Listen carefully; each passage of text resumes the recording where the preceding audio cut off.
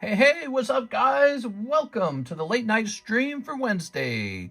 We're live, and it's time to open up some Pokemon cards. Let's see.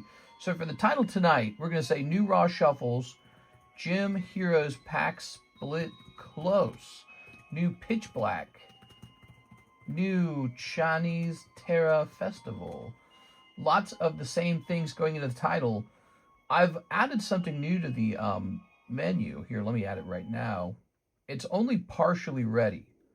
Junk Packs, Poke Shuffle, Live Custom, Other Shuffle. We're going to move this Other Shuffle, actually. Let's move the Other Shuffle. All right, Poke Slabs, non-Poke Slabs, and then this is going to say Raw, Raw Shuffle.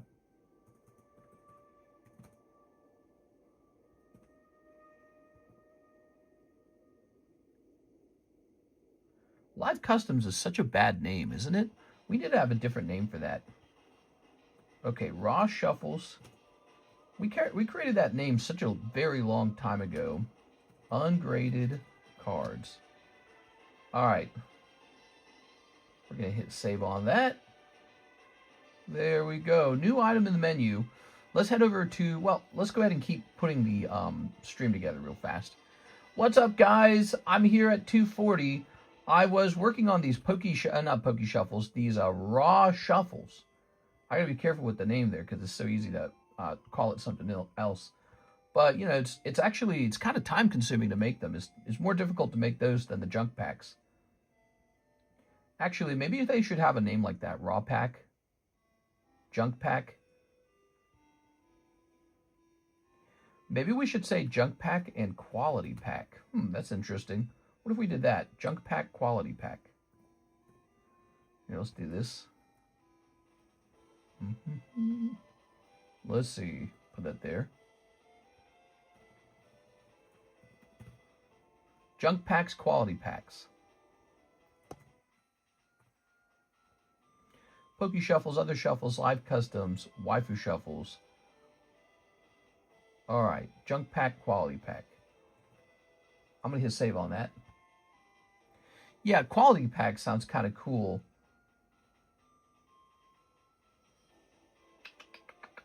Junk and Quality. We'll see how it sticks. We're looking for names for them. You guys can maybe help. You guys can tell me what you think of the name.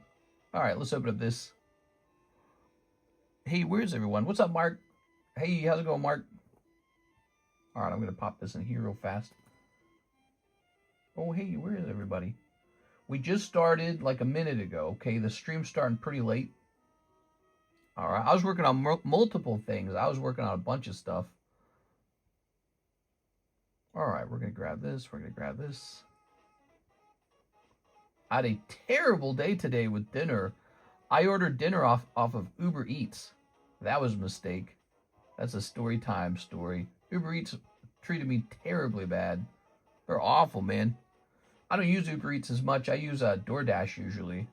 But they delivered terribly cold food. And then they fought with me for like, I swear, like an hour, trying to stop me from getting a refund on it. And then they finally gave me a refund like an hour in. We're going live for Wednesday night. Not even worth my time. It was just like $30. But it was the principle of the thing, you know? It was the principle of the thing. All right, here we are. But I have all the details to that. That's my exciting life, is fighting with DoorDash, or I'm sorry, Uber Eats. So there we are. I even thought to myself, I was like, man, people need to know how, because DoorDash always treats me so well. Usually don't have to fight DoorDash very long at all when they screw up an order. They're just like, oh, let us fix it for you. They're usually pretty good about it, actually. Uber Eats, they fought and they fought and they fought. They're like, well, per our policy. Holy, dude. All right, there we go. So we pinged the Discord server. Let's go ahead and ping Instagram. I'll go ahead and log into the iPad real fast. How you guys doing on this fine Wednesday night, Thursday morning? We had a little bit of a slow daytime stream today for Wednesday. You are? I have been playing Pal World again. Oh, no. Hey, mister, did the Pokemon trend fall off and packs are cheaper again? I hope so. I hope that the packs get cheaper. That would be nice. Grooky has a gun? Grooky has a gun. Yeah, let's see. We're going to delete this. We've been going through 2023 and 2024 when Pokemon wasn't exploding. We're going through 2025 and 2026 when Pokemon was exploding. Doesn't matter to me. We'll just always be here doing our thing. We are. You know, I say that. I say Pokemon will have peaks and they'll have dips. Doesn't make a difference to me. Let's see. We're going to delete this. Just here for the fun. Here for the game of it. Love of the game. All right, there we go. Okay, so we've crossed our link into Instagram and Facebook. That's good. What else are we missing? We activated the ads. We turned on... Okay, so we need to add something to the website. So we're adding an item to the website. We're going to go over here to products, add new product. How about that table? Doesn't that look nice? That looks cool, man.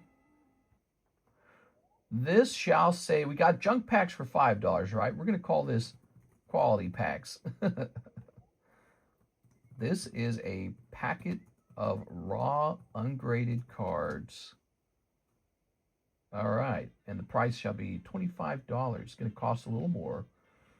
And we're going to hit publish on that. There's no product image on it. It's my birthday. Happy birthday to you. Happy birthday, Tammy. How you feeling about it? Did you do anything fun? I bet you're one of those people who like to have their birthdays. I hate my birthday, man. My birthdays were always mega depressing, dude. Your birthdays are probably like, oh, we love you, Tammy. And then your parents get you a cute little thing. Damn it, Tammy. Let's see. It's just the start for now. Oh, I see. So it's 12 a.m. and it's your birthday. Very, very nice. Here we are. Today was the day. You came out screaming and crying. Whee! That was a long time ago if you think about it, you know. Like, our parents were kids once, you know. Our parents were like in their 20s and 30s. Damn, dude. All right. They had like a whole life before us. Now they're getting ready to retire. Jesus Christ, dude. I don't want to think about it. I'll get too existential. All right. We're putting this over here. Looky here. We've got Muse Special Illustration. Mudkip. Ooh.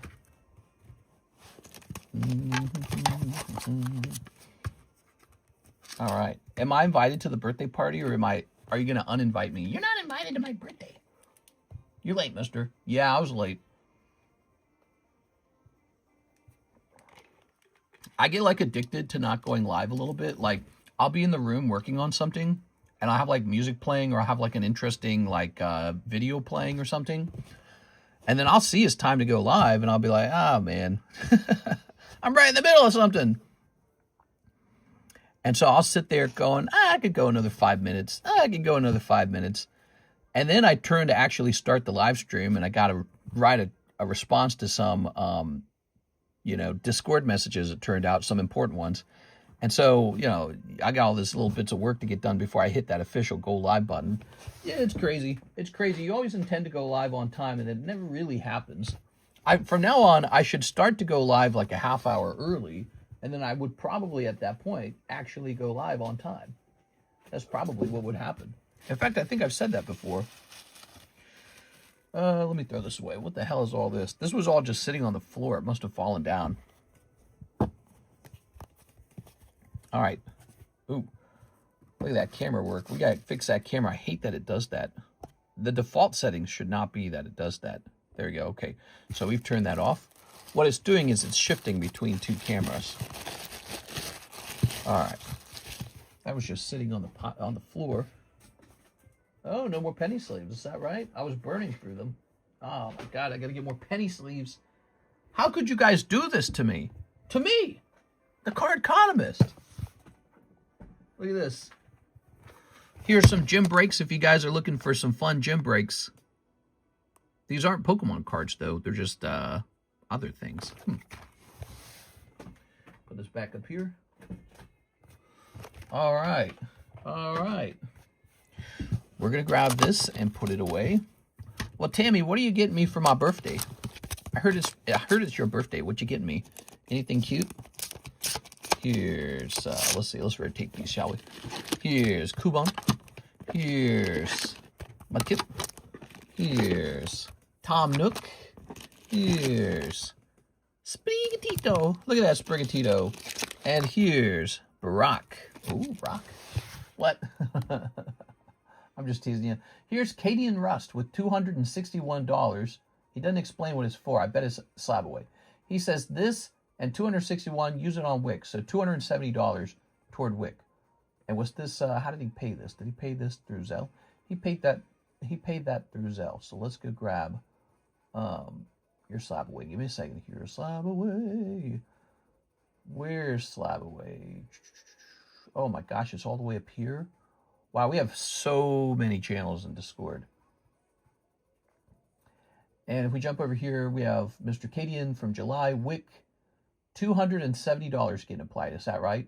So I do 800 minus 270. 530 remains. Okay, ready? 530. Boom. All right. Not bad. Let's go put you in this Zelle giveaway too. Okay, people who make purchases with the Zelle get to go in the Zelle giveaway. It's pretty good. So you get spots 11, 12, and 13 all to yourself. Wow.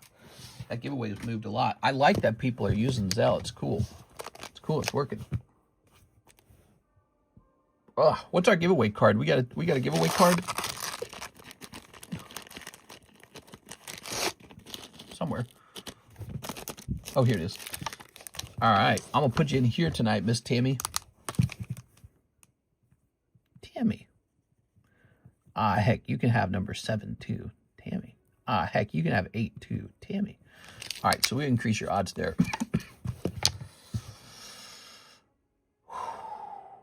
We need sleeves.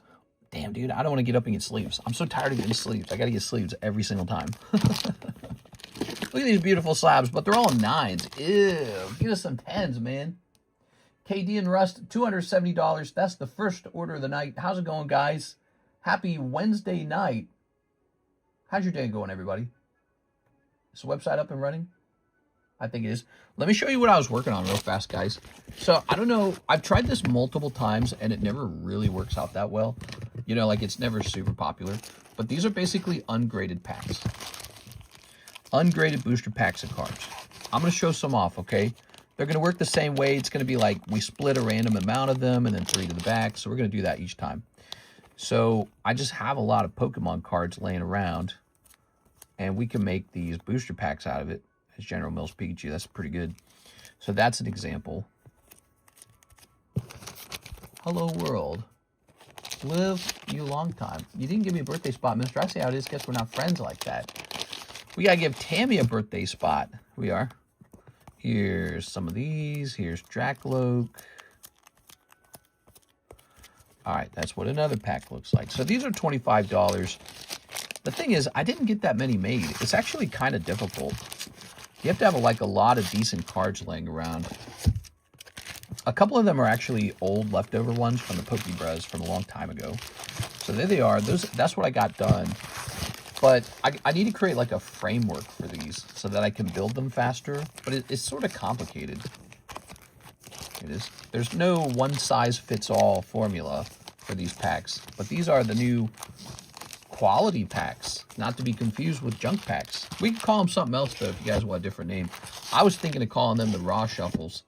But then again, that sounds kind of corny, doesn't it? Poke Shuffles sounds really fun. Poke Shuffles.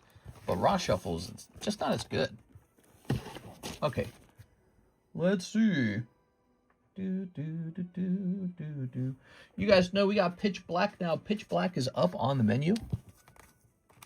And you know we have Terastal Festival Chinese up here now. Here it is. So these are fresh. We have a jumbo pack break started. Here we are.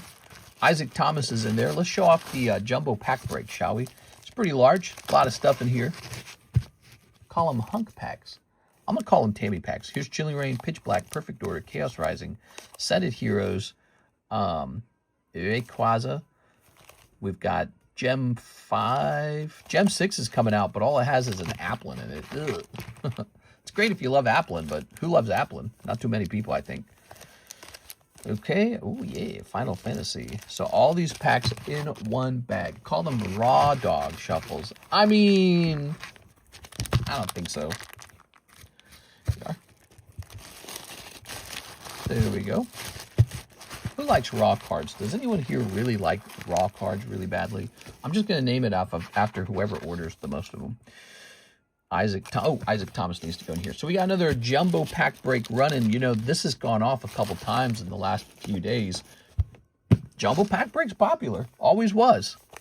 People love it. I think people like the idea of it, the randomness, the wanting to quarter odds. Of course, you can buy the whole thing if you ever want to buy the whole thing, because we can replicate it. So if you ever want to buy a whole jumbo pack break the way you see it, just send in 160 for it. Call them hunk packs. Whew. Let's see. I guess what we should probably get done is the 9s rotation. That's something we got to do, guys. We got to get that 9s rotation going. So if we have a moment to catch our breath, let's go ahead and start rotating these, shall we? Ride on. Because we got to get these 9s pictured and move on to the A box. That's what our job is. Move on to the A box. Here's EV9. Ooh, that's pricey. EV9 pricey as hell. Okay, take a picture of this. I prefer raw cards. You are? You get a whole packet of them for $25. And I'm going to turn this down. Let's see. Let's go here into the 9s channel. I'm going to wipe my little screen off here. Yeah, did that work? Oh, it's the middle screen that's taking the image. I didn't know that. Wow. Well, now I know which camera is actually taking the image. I didn't know that. I noticed it when I was cleaning it. Ah, there we go. All right, let's get these off the table. Welcome, guys. How's it going? Welcome in. Tossing this. It's Tammy's birthday. Did you wish Tammy happy birthday? If you didn't, it means you're cruel and unusual. Like when they tortured Cartman. That Cartman card's pretty cheap. Something tells me that's too cheap. Ash Ketchum for $150. Eric Cartman for $20. I'm going to research this real fast. I feel like that one would probably be more, at least $30. $20. That's barely, that's not covering the cost of grading anyways. Cartman. Okay, you ready? Yeah, that's crazy cheap. Let me check sold though. So I see some Cartmans and they're really expensive. Okay, yeah. On May, here's the exact card selling for $35. So that price is certainly underpriced. All right. I mean, it's got a last sold price from a couple months ago. That's $35. So I don't know how it got down to $20 like that. That's too low. You guys should have snatched it. I probably priced it that way impatiently. I probably said, let's get rid of this. But we're going to go with the price tag of $40 now. Grader's choice. Nah, that's too much. Let's see. Grab a new packet of stickers. Merry Christmas, Tammy. Hey! That's the wrong thing. Let's grab some more of these. This is the last time you'll see these. Wait, did this Snorlax just come up onto the table? It says consignment on it. It's a Sean Gallagher consignment. Okay. Let me take a picture of this for the consign channel. You know, we have a new consign channel and no one's using it. It's called Consign Ad. Basically, you send me a picture of what you want to sell and I post it to our Discord server. There it is. All right, so I took a picture of this Snorlax. Now he is going into the consignment box where he belongs. Good. Here's a Voltorb Prism 7, a Pidgey 9. That one might need review. Here's SpongeBob 9. Refractor. Wow, some of these appear to be underpriced. Here's Left Arm of the Forbidden One. I didn't know I had that. And Doug Trio 8. So let's look up this SpongeBob card. I've been looking at the SpongeBob cards, and they ain't cheap. SpongeBob cards are not junk. They're expensive. Someone's out there spending big money on SpongeBob. So this one's called Nose Flute. Okay. We have Nose Flute Refractor because it's rainbow. No, this price is probably fine. Okay, I looked it up. That's fine. And then this Pidgey from Expedition. That's also going to be tested. Okay, you ready?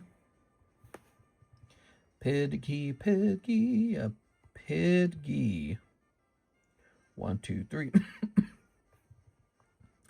Karis is doing, oh, wow, $116. Karis is doing something different. She's going to be driving herself all the way to the IVF doctor this time. She's only having a simple checkup with the doctor. That's it, nothing else. And she didn't want me to do it. She wants to try and do it. Makes me nervous. I hope she doesn't mess up the drive. It's a really, it's a 70-mile-an-hour highway. No, it's a 75-mile-an-hour highway. But everyone drives like a maniac on it. They drive so fast. They don't want to wait to get to their location. Yeah. All right. There's a couple parts of the drive that are a little more testy. Pull this out. But anyway, she wanted to do it, so she's going to do it. Weird. I've been driving her everywhere for like 13 years.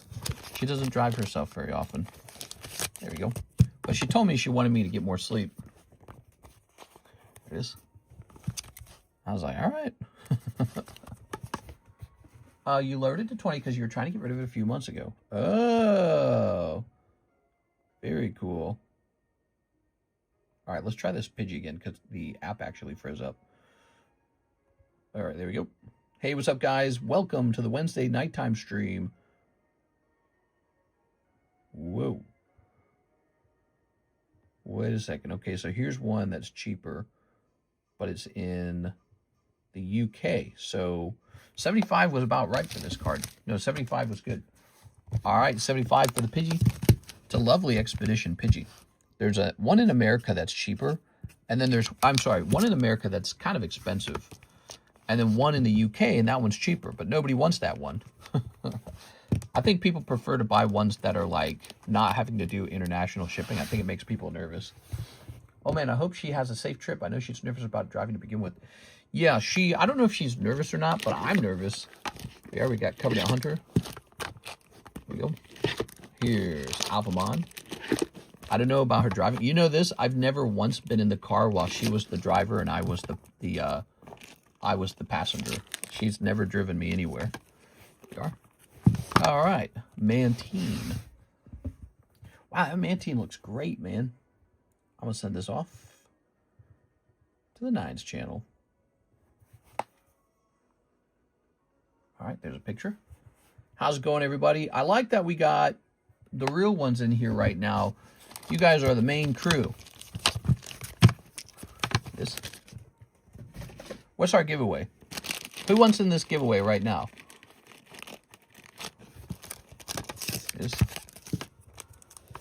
All right, we got 29 people in here. I'm going over here to the giveaway channel. Man, economist won't let no woman drive him around. That's right. I'm the main economist. All right, type in free to get into this giveaway. Let's go ahead and just hand it out right now to the early crew, the people who are here early.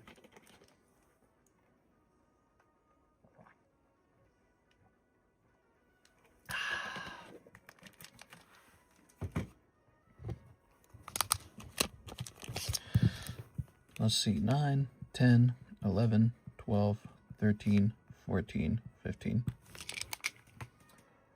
All right, what do we got? We've got Tammy again. Wow, nice Tammy.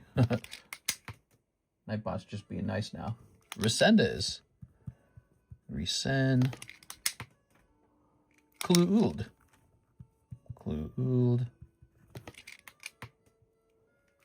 Miss Beatrice. All right, Beatrice. Good. Here's Cody H. And there's two more. I'll just memorize it. PDX And what's the last one? Speedy. PDX and Speedy are the last two. Landing on 17. We'll roll that again. 5? Ivan Rodriguez. All right, Tammy. We are. Sorry, Tammy. I thought you would get it. You had a lot of spots in there. Ivan Rodriguez, who is with us in the daytime stream. You know what? The nice thing is he'll really appreciate this one. I know he will. He likes these kinds of cards. So this is good. All right. Now, you know what that means, right? We got to hand out the next free card. What's the next free card? What do you guys think it should be? What do we got? Yeah, Gengar back here for 20 bucks. Anybody want a Gengar? Honestly, is he really 20 bucks? I feel like he'd probably be more than 20 bucks. I feel like he's probably only 20 bucks because I was getting rid of him. All right, so this Gengar can be next. Nobody had bought him yet. Just in time for a Halloween. You guys ready for Halloween? You know we're almost done with July, right? August is when things start to cool down a little bit. Well, it differs from state to state. It's crazy. I know so many states' weather patterns. Some states start to get cool in August. Some states stay hot till September. You are? All right. Keyword here is free. Now, if you want to be getting into this Gengar, you're going to have to jump into our Discord server, okay? That's how we're going to hand that one out. So, Tammy, you're going to get a spot in here for free right away, Tammy. All right, there you go, Tammy. Tammy. It's me, Plan Beach Pete. It's Plan B. Lorenzo, I went downstairs and Alexis did not get your shipping done. I was like, what is this? Your cards were sitting on her table like one she couldn't get done in time. I didn't even ask. She's probably going to say something like, oh, I had to rush home to my baby or something like that. She's going to say that.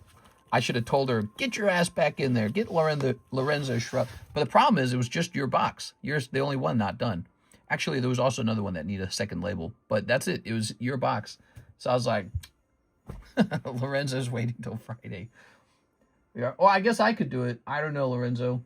That's a bit, that's a bit above my pay grade. Oh, no, I'm so sad. Lol, joking. It's all good. I'm sorry about that. I didn't want it to be that way. We can't be mean to Alexis. She might decide to move on or something. We are. She's like, you know what? I don't got to do this.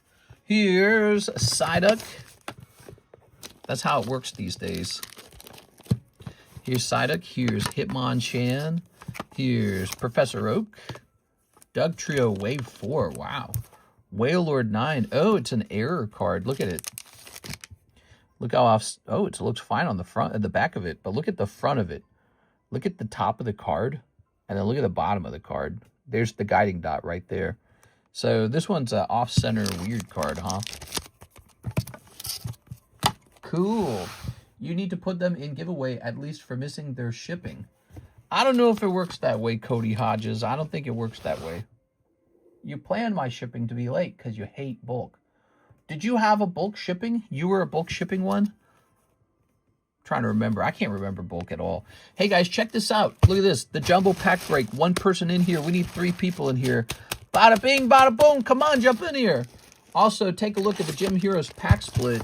2 people needed in here. $25 a spot for 3 and for 4. Now, what does this do? This is the sub list. Basically, we've taken this $100 spot and we broken it into 4 pieces. $25 per piece. Okay? So what does this do for you? It gives you 1 in 4 odds to be placed into the pack split. Just like we do for the Mega Break. We have a sub list for the Mega Break. We're doing a little sub list for this Gym Heroes pack break. It's pretty close, actually. It's almost done. So if you want to see the amazing cards in this pack, 1, 2, 3, 4, 5, 6, 7, just 3 spots left in this pack split. It's pretty close. We need Jennifer Yap. She'd jump in here. She'd be like, all right. Jennifer Yap, she'd be like, I'll get in there. She likes vintage. It's crazy to think. Tammy, I don't know if you remember, but back in the day, I used to do pack splits on Gym Hero packs for $200. And that was considered overpriced. That was considered overpriced. Like, oh man, TCC, he's killing us with these prices, man. That's what I remember. There was even an argument about it one time. And now we're in the future, and just 2 spots in the split is $200. Wow, how time has changed things. We didn't know how good it was back then. It was extremely good. You could buy a $20 spot in a pack split for Gym Heroes. Now it's a $98 spot. Crazy. And it's only going to get worse. It's only going to get worse because more and more of these are going to get open and fewer remain. And everyone's gobbling up all the 10s. There's no 10s left. I'm in no hurry for that package. Life goes on, so don't worry about the timing. Have no fear. Miss Alexis will be back on Friday. What's today? It's Wednesday night, so we're heading into Thursday. So it's pretty close. It's like 2 days from now. All right. Here in Vegas, this next week is supposed to be our hottest. What do you think of Las Vegas? Give me your opinion, Magician Hobby, because Karis and I have thought about moving out there, and we're simple folk, Magician's Hobby. I don't know if we could handle it. I don't think Karis could handle me being around all these sexy women in Las Vegas. We are Vice City. All right, what do we got? So here's Charizard 8, a consigned slab, a CS Min consigned slab. Let's take this one down. We're going to take this down. Where's this music? Get this music off me. I don't want to hear this. Blah, blah, blah, blah, blah. All right, none of that. Was 105 here today. It's supposed to be 2 weeks of over 100 degrees. That's pretty hot. I mean, most of the month of July, Missouri was about 95 degrees. Honestly, that's not that crazy, is it? But I will say this. We have extremely high humidity. So our humidity would be like at 90%.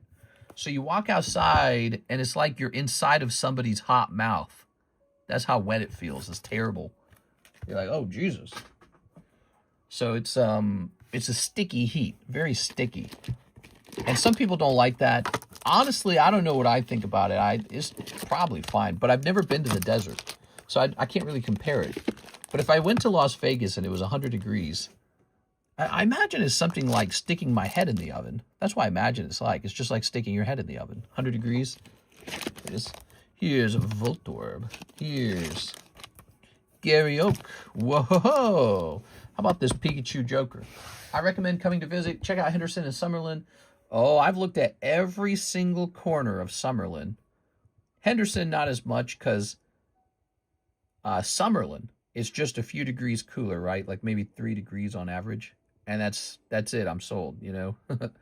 If I ever move over there, it will only be to Summerlin.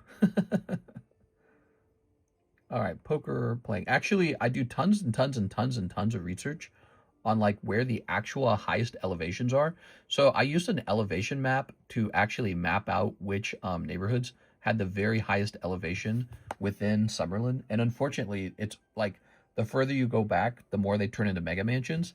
And those are the ones with the highest elevation. And then you look at them and they're like multi-million-dollar homes. You're like, oh my God, dude. Jesus Christ, bro. So they want a lot of money.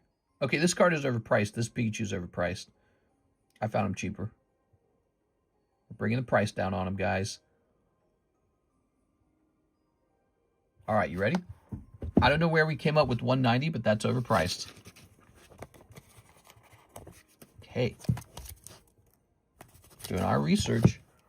Desert heat is way nicer because of the low humidity. But yeah, it's like a sauna. Summerlin's a little higher in elevation, closer to Mount Charleston. That's where to go. Henderson also has some areas with higher elevation, and prices aren't as bad as Summerlin. Hell no, dude. Summerlin only. We are. No, I like it's cool. It's cool out there. What do you have to say about the concern about, you know, population growth being capped in Las Vegas due to water concerns? See, like, if you're moving in there because you believe that the area is going to keep appreciating in value, but the city grows enough that there's serious concerns over water usage, what then? I feel like that'll put a cap on how many new people can get in there. I mean, you just kind of run out of water a little bit. You know, I read about that a lot too. That's another concern. Well, do they have like a trick for redirecting water into Las Vegas? We have no orders in the queue. Place an order if you guys want to have some fun tonight. If you want some action tonight. Let's see. I'm gonna hit refresh. It's 3:14. We're just started, everybody. How's it going tonight, guys? We've got Voltorb here. He's kind of neat. He's a golden sticker card, huh? But I feel like Pikachu might as well just be a gym break if it's going to be $70. All right. Las Vegas. They overbuilt out there, I heard. And that's music to my ears. That to me tells me that you get a better deal because there's too many houses now. All right, Pikachu can be a gym break for those who like gym breaks. This Umbreon could be a gym break.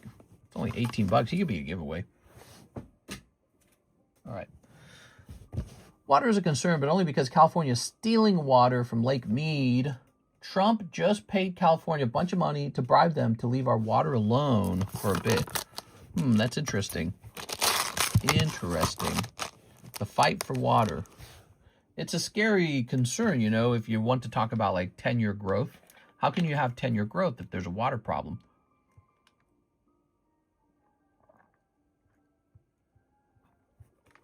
My other concerns with Las Vegas is I'm not much of a gambling man. I like to gamble on Pokemon, I guess. That's my gamble. Pokemon's my gamble. But, you know, like poker and blackjack, I don't know. Maybe I'd enjoy poker to a certain degree. Let's see. Here's... Who likes the roulette table? I watched videos of people talking about strategies for the roulette table. I was like, what are you talking about? It's just a roulette table. It's just betting on dice. Ooh, the trade break. Sabrina's Abra. Does anyone have some junk cards they want to trade in for the Abra? Shiny Bubble SpongeBob. It will keep growing purely because people are leaving California, and this is the first stop on the way out of California. Yeah, that's true. What do you think are some of the best things about Las Vegas? And where else have you lived that you can compare it to? Ugh. This is an interview now, Mr. Magician's Hobby. Here's Espion. Here's Ponathan. Las Vegas is one of the considerations for us. Pikachu Gym Break and Two Chainsaw Man. Oscar Resendez. You got it, man. All right. Giggity. There. Okay. The Salt Lake is drying up. We are scared. Okay, here it is. Oscar Resendez. One Pikachu Gym Break. They have to have some kind of technology or something that fixes that. I figure they'll have some kind of technology, like maybe cloud seeding or something, but I don't know. I mean, I don't know what they could do. Let's see. You got a card, certainly, don't you? You don't have a card? I've lived in Kansas, Colorado, New Jersey, New Hampshire, and Oregon. Oh, you've been all over then. So give me your opinion. What do you think? Be honest. Don't pull any punches. Be rude. Say what you got to say, you know. Roast it. Why am I not seeing Oscar? Oscar, I'm making you a new card.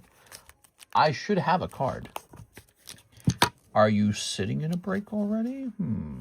Dominic, Jose, Jeffrey, Six, Cactuar Queen, Alexander Cheese, Joseph, Ivan, Alicia, Jack, Mahasfara, Nathan, Jose, Eric, Javier. I must be going crazy. Do you remember what the score on it was? We must have thrown it away or something. Are you sitting in a break? Maybe you're sitting in a break waiting for someone to join.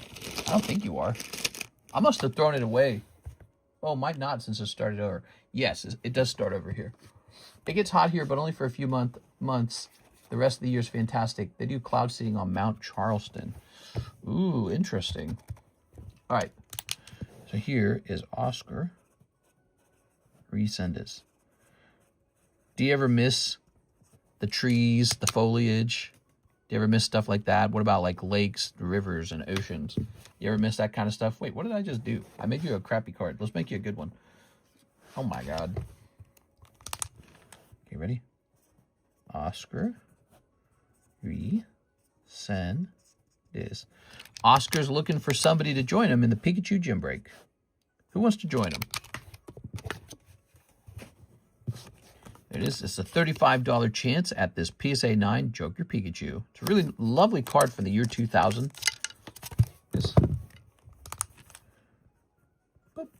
If this card goes up in price, it won't be the least bit surprising.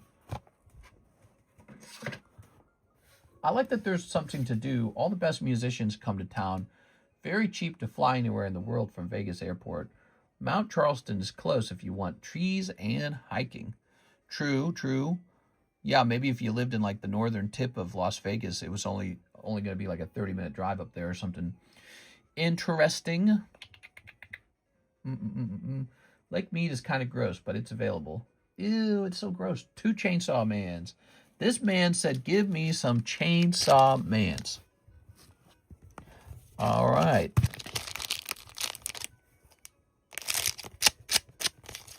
Is it possible that it would regrade to a 10?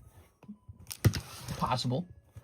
I mean, I only graded it one time. I didn't regrade it. I never regraded it. PSA is pretty accurate, but, you know, they're also notoriously known for inconsistencies. But you can see the cert shows that I graded it very recently. There it is. I wouldn't write that down as the reason to get in there, though, you know, because you just can't rely on a regrade. It is a good-looking 9, though. Okay, you ready? Mr. All right, let's see. I love this character. She's so afraid of everything. Here's Makima. She's absolutely horrifyingly evil. And here's Reze smiling and Denji-kun. Denji-kun. All right. Very good. Oscar, 2 regular hollows. Boop. All right. Oh. Bad aspects are the construction. Crime can be a bit high, but it's a city. Just avoid North Vegas. Ew, North Vegas. That's where the crime occurs. What about, yeah, I guess the heat's a big deal, huh? The heat scares me a lot. It does. The heat, I'm not a person who loves the heat, but I don't know. Maybe I would adjust. You know, I stay in all winter for Lake of the Ozarks. I kind of stay in like this. So in the months of July, maybe the first half of August, the last half of June, I kind of just stay indoors because it's so hot. And then, you know, after that, the temperatures get better. You start going outside again. Then the winter comes around, and it's actually pretty good all the way up to January. January hits, and it's really bitter, and I just stay inside. Then February, also bitter. I just stay inside. So every year, it's January and February are bad, and then in the summertime, it's all of July is pretty bad. Now, the thing is about July, you go swimming in July, but I guess that would probably be true in Las Vegas, too. You could just go swimming. If you work from home, you wouldn't notice it much. Yeah, I guess I could hide in the side. I have a family in Las Vegas, and their AC is on constantly. Yeah, I noticed the house designs in Las Vegas are very strange. They don't look like houses in, like, I don't know, like South Carolina or Missouri or Tennessee. They almost look like they're designed for the desert heat.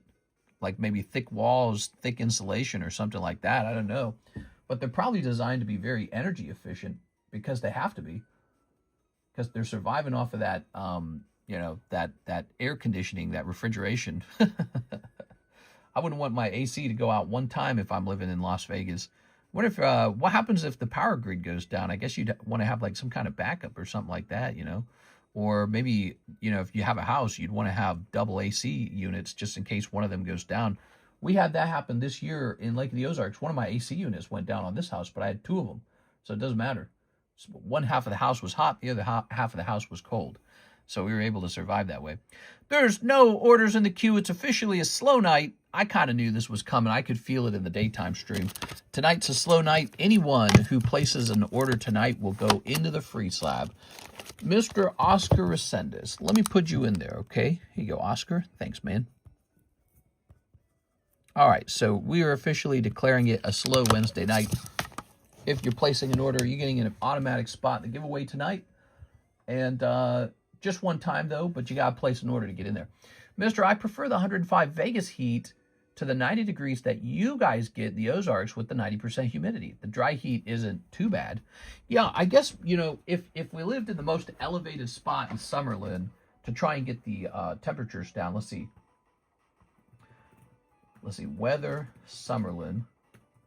This is stuff I researched like a million times. So Summerlin, all week long, 105, 104, 106, 105, 105, 105, 105, 108. Okay. And then, let's see, Camdenton, Missouri. That's where I live. So the temperatures over here, 81, 78, 95, 98, 99, 97, 95, 92. So it is cooler, but we typically have more humidity. So for example, right now in Camden, it's currently 68 degrees with a humidity rating of 81%. Now, I don't know how that affects how hot it feels like, but I mean, I don't know. Some people have said it's really bad, but mostly it stops you from sweating. That's what it does. It makes the sweat ineffective. So let's see. And it's not always super humid. So check this out. On Sunday, we get 98 degrees, but the humidity is only 57. So it's not quite as humid. So I don't know what to think of that. I'm not sure. And then let's try Las Vegas. I want to see Las Vegas. Las Vegas weather. So I know they're going to be hotter. Yeah, so Las Vegas is 111, 110, 112, 111, 111 with humidity of 26, 19, 15, 14. So your humidity is definitely lower, but it's not like shockingly lower. You know what I'm saying? Like, again, if you go back to here, here's Summerlin again. So on Thursday, you guys had humidity of 29%. So everyone always says that, well, the humidity is much better where we live, right? All right, so let's go back here. Our humidity is 57, and then 51, and then 49, and then 50. So your humidity is like, I don't know, like 25% lower. And my question is, does that really make a big difference? Like, is it really that, significant that it's worth going up to these roasting temperatures? I can't decide, because you're almost a full 10 degrees hotter, but you're 25% less humid. I don't know what to think of that. I think if I was there, I could make up my mind more easily. You guys also have higher wind. I'm just comparing this week. It's very interesting. I've thought about it. Let me take a look at this too. Weather Spark, Summerlin. I've thought about it many, many times. That's a huge difference, is it? Hey, what's up, Mr. Sven? We were just waiting for you, Sven. Here's your weather map. Look at that. So you get this big sweltering, we get this big hot. Your hot lasts for 1, 2, 3, 4 months solidly. 4 solid months of hot. And then this is warm, warm, and then comfortable is just this little sliver. You guys get a sliver of comfortable. That's rough, man. And then it's actually cool and cold for this whole chunk. That's really rough. So your weather machine out there is stuck on rough, man. I don't know what to think about that. I'm going to compare that to... I'm sorry, guys. We're off topic. But, we just haven't got a lot to open right now. So I'm just kind of doing what I would normally do anyways. So, again, you can take a look at this over here. There's Summerlin and there's Camden. That's where I'm living currently. And you can see, summer and winter. But look, it's much cooler. And so you take a look at this real fast. I feel like our comfortable season lasts longer. Our warm season isn't that bad either. And we have no sweltering. We just have this chunk of hot right here. Your weathers are so extreme out there. And then, yeah, we do have this more extended cool period here and here where you can see we have a chunk of freezing. Which, by the way, that is a little bit of fun. I do like snow. I don't hate the snow. You guys get no snow, but, I mean, I guess that could be good for going outside more often in the winter. So maybe it trades off. But, man, that big sweltering right there is spooky. That spooks me. It really does. It could be a subtle difference. Maybe it's not something you miss or care about, but I don't know. It's now I'll try another one real fast, and then we'll get back to the stream, okay? I'll try one more. So I'm going to try Myrtle Beach, which is probably one of the places in the United States that I would rank it as having one of the most competitive weathers outside of California. All right, give me a second here. Why won't it work? It's like broken. What the hell? It's like broken. What time is it? 3:29? There it goes. Okay, so check out this Myrtle Beach, huh? Look at that. Isn't that nice? Look at that. So it swoops in here, and here's the 70s, right? The 70s are over here. See that right over there? So this is the 70s right here, and look how Myrtle Beach stays. It hugs close to that 70s the whole time, while also not having as cold of a winter either. Look at that winter. Really interesting. And it doesn't have that huge spike either. So now you look at Myrtle Beach, and it's like an improvement over what we have in Camden. It has a really nice, large, cool area, pretty large, warm area, pretty small hot area as well, and then a warmer winter as well. So they never reach the freezing temperature. It's very interesting. I don't know. I can't really decide where to move, but it's like weather's one of the things I study the most amongst the different states. And I'm trying to find that state with really good weather, which is obviously California. But California is so extremely expensive. It's not just the house prices, it's all the taxes you pay. You pay an absurd amount for it. So if we pick San Diego, right? San Diego, perfect weather, right? And then you can compare Myrtle Beach and San Diego here as well. So, oops. Oh, hold on. I just clicked the button that made me zoom in. All right, there we go. Okay, so check that out. So Myrtle Beach, you can see, has a chunk here that's warmer, but it's not that extreme. And then San Diego stays warmer in the winter too, but Myrtle Beach doesn't get unbearable in the winter. So here you can see their maps almost kind of similar to each other. So it gets warmer here and hot. They get a little bit of warm, but so you can see they are hotter in the summertime, but it's not sweltering. And then you can see it just gets a little bit colder here in the winter too. Pretty interesting. I've researched the crap out of temperatures across all the states to find that, by the way.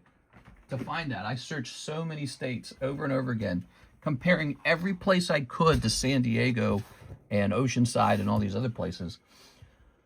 Washington is still better, 69 degrees right now. Pretty cool. I don't even turn AC on right now. You should fly out to Vegas during the heat for a weekend. You'll probably like it. Snow and skiing on Mount Charleston if you miss it. Yeah, that's true. That's true. Read all my chats above. Okay, so you say the heat is rough for a few months, but if you work from home, you won't miss it. I recommend rooftop solar for keeping energy bills low. Oh, that's a good point. Yeah, rooftop solar, huh? Holy cow, it would feel much hotter here. It makes a huge difference. That's a huge difference. The west side of the United States is the best side.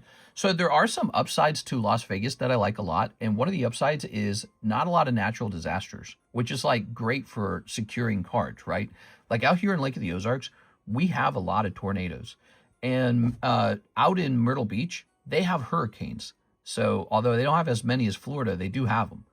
And so I don't know how well the homes are constructed to survive hurricanes. Maybe they're constructed really well. But there's always that chance like that Category 5 hurricane rolls in. And then there's like severe flooding that goes to your rooftop or something like that. Or like out here in Lake of the Ozarks, we could just get hit by the big one, you know? We got Joplin got hit by a Category 5 or whatever it's called, tornado, and that whole area got flattened. And I live like 2 hours from that. So they could just, big tornado could just hit us in Lake of the Ozarks, and I could just be screwed. I mean, presumably I'd have as many cards as possible in the basement by then, but there's too many. I couldn't get them all down there. The whole home is it's like a card shop, you know, it's deeply embedded with cards. So to get all the cards in one security room in the basement for a tornado, and it's not even the true security room, it would take hours. So more than likely the tornado would hit and wipe out some giant percentage of cards. The ones I don't feel like carrying, I guess, or don't have time to carry. So yeah, I mean, Las Vegas is interesting because it's building the railway to San Diego. And because it doesn't really get too much forest fires, there's nothing to burn. They don't get tornadoes. They don't get hurricanes, obviously. So what do they have? It's really hot in the summer. You know, that's the one downside. All right. There's still no orders in the queue, guys. It's 3:30. If you want to have some fun, send in an order. Oh, wait, I take that back. I'm sorry. Mr. Sven sent in an order, and I hadn't even noticed. My bad, Sven. Let me go grab that. All right. Sven, it's nice to see you again, man. How's life going, Sven? He says 10 Poke Shuffles, shipping time to the Netherlands. I have a box of cards. Also have some slabs. Not much, I think. Here's my phone number. All right, so 10 Poke Shuffles. Let's start there, okay? You got a lot to ship is what I remember. You might need 2 rounds of $40 to get it all shipped. I have a PayPal. Nice. Can you read my message? Could you pay me out after the stream? Yeah, that's possible. How would you like to be paid out? 1, 2, 3. We're going to say 1, 2, 3, 4, 5, 6, 7, 8, 9, 10, 11. All right.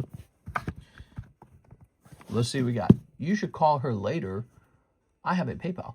Wichita, Kansas seems similar temperature and humidity to where you are, and it's way colder in winter and way hotter in the summer than Vegas because of that humidity. Here's my number. That's right. Here's Tammy Pack. You pulled the Tammy Pack. Aw, yeah, Tammy pack time. Oops. I live in LA, mister, and would prefer living in Vegas over San Diego or Los Angeles. I fly out to Vegas at least once a week each month using MGM comps. All right, Zelle, please. I attached the information.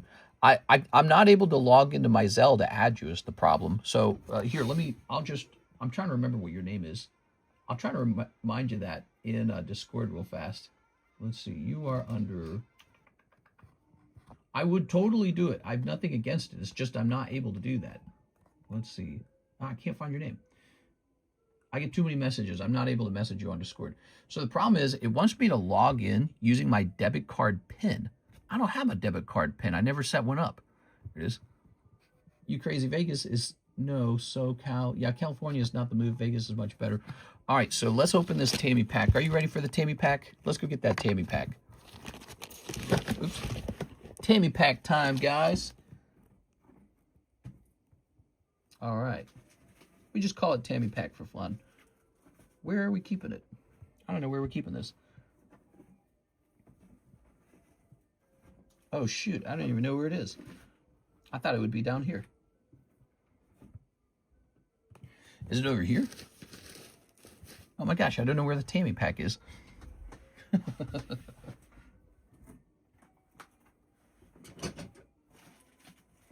Is this it? Ah, yeah, the Tammy pack. Here it is. Ooh. Move that over there. All right. If you didn't set one up, it should be 000. Here we are. I could test that. Here we are. You ready? Here's Ghastly and the Caterpillar and Powerpuff Girls. Also, all the heat of Vegas, but nothing to do. Oh, yeah. Time to snip. Snipping this. I probably ought to figure out some way to fix it either way. Because I like receiving Zelle payments. Probably need to be able to refund them from time to time.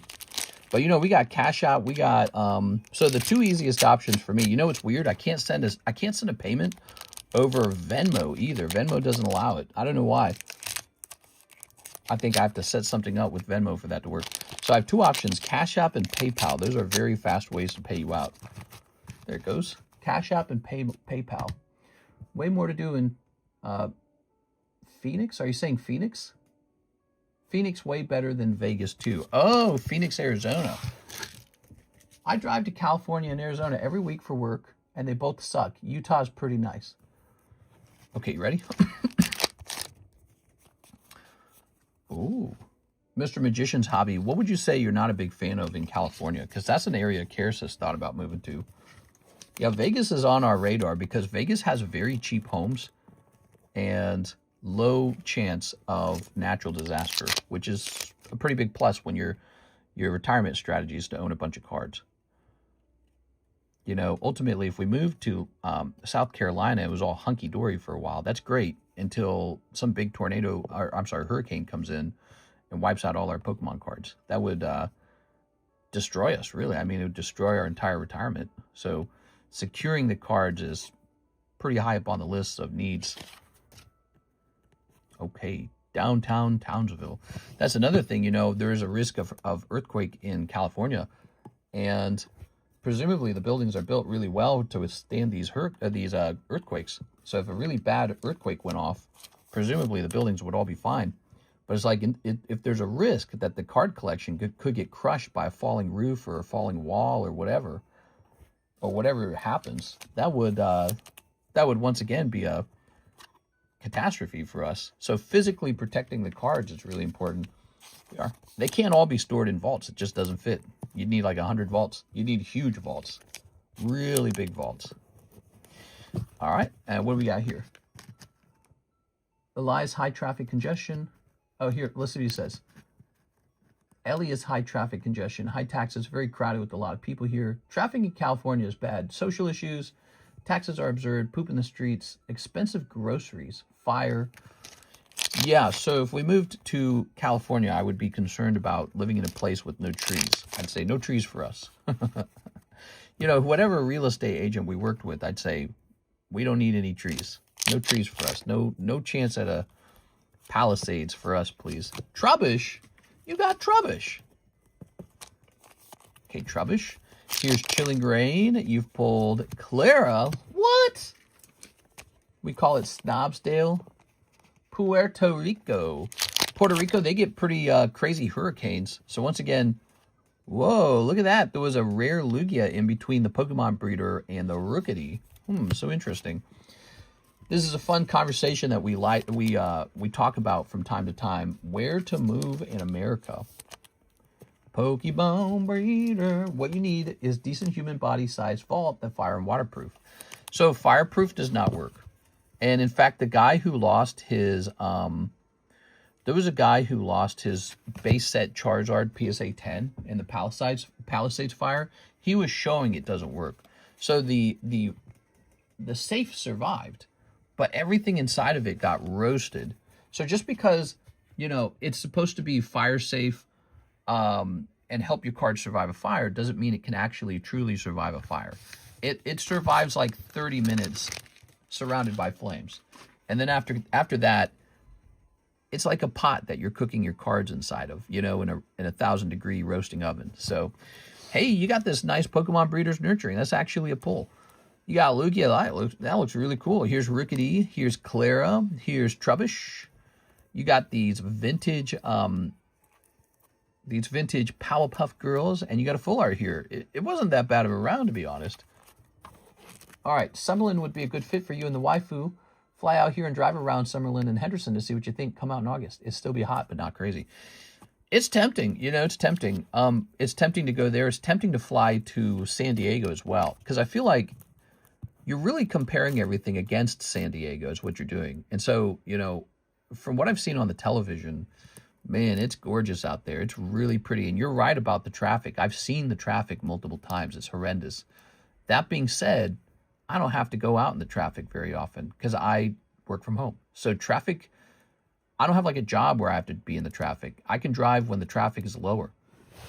All right, Mr. Sven. So it looks like you did send $80 for shipping. So we're going to get you 2 Sven labels. Ever check Escondido? I've checked a couple places. I've looked at places that are maybe a little more remote, like there's not as much developed there to try and get like a price advantage on the homes. Doesn't really exist. Yeah, it's just overall just a really expensive place. Yep. And first you've got to pay an absurd price per square foot for the home, and then after that, for the rest of your life, you get to pay 16 or 14% rent on your income, because that's basically rent to the government. So it's like you're renting. Never really owning, you're just always renting. And that's a cost of living there, which doesn't matter if you're rich. If you're really rich, you could just live there if you want to live there. But that's the thing, you really have to be truly wealthy. I'm pokey wealthy. That is not the same as financially wealthy.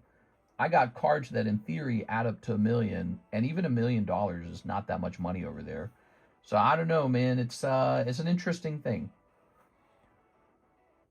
Las Vegas has an appeal to it.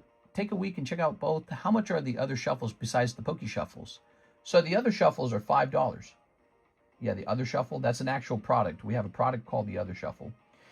So Sven Jansen shipping out all his cards. Let's see. Mr. Sven. We're going to max this out to £2. And we're going to choose package. And we're going to set this to 10 by 8 by 6. We're going to go to the custom form. Merchandise, we're going to say playing cards. We'll set the weight to £2. We're going to set the value to like, I guess 200 maybe. No, I don't want to set it to 200. Let's set it to 100. All right. So we can't claim that these are free because they will be suspicious. So you're going to have to pay an import fee. Wow, look at that label. $38. Right on the nose. That's crazy. All right. So it's a £2 limit. That's what it is. So we got round number 1. Now, hopefully your address hasn't changed, right, Mr. Sven? We got the same old address, okay? Okay, we're going to do the same exact setup on round number 2. So we're going to say Sven. We're going to say playing cards. Cards. Playing cards. I'm moving to Scotland, guys. You can't stop me.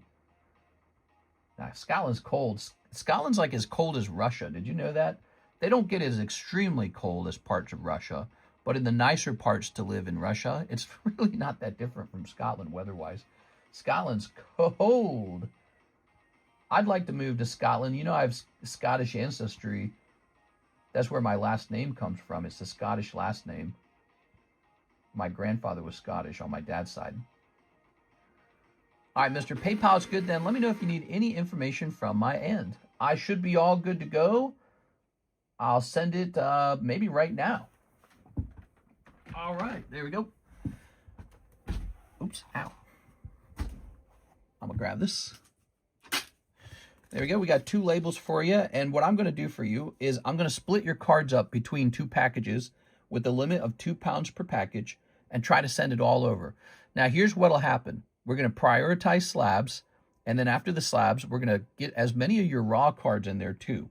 If it doesn't all fit, we're going to leave behind any junk raw cards like holographics. Okay, that's my goal. Okay, Mr. Sven, thank you so much. You've been very nice to me for many years, man. I appreciate it. Let me get you on the giveaway tonight. We're giving people spots on the giveaway if they place any order at all. Sven Jansen, we already gave away 1 slab today in the nighttime stream. So this is actually the 2nd card we're giving away. We gave away 1 card in the beginning of the stream, and now that's the 2nd card. Now, Mr. Sven, let me look you up. I should be able to find you. And then I should be able to grab your email. Your passkey isn't working. Oh my God, dude. PayPal's so dumb. As a Norwegian, I can testify to the cold in Scotland. I like the cold. I don't know if I would like it all the time, though. You know, it's an interesting thing, but I think the cold is what made the Scottish people who they are. You know, I think the weather, you kind of become what the weather is, right? You evolved with the weather over generations. And so, you know, you get those pale-skinned, blonde-haired, blue-eyed people out of the north, and that's a adaptation to being in the cold and not having any sunlight. All right, so let's see. That's why they're so pale. I believe this is you right here.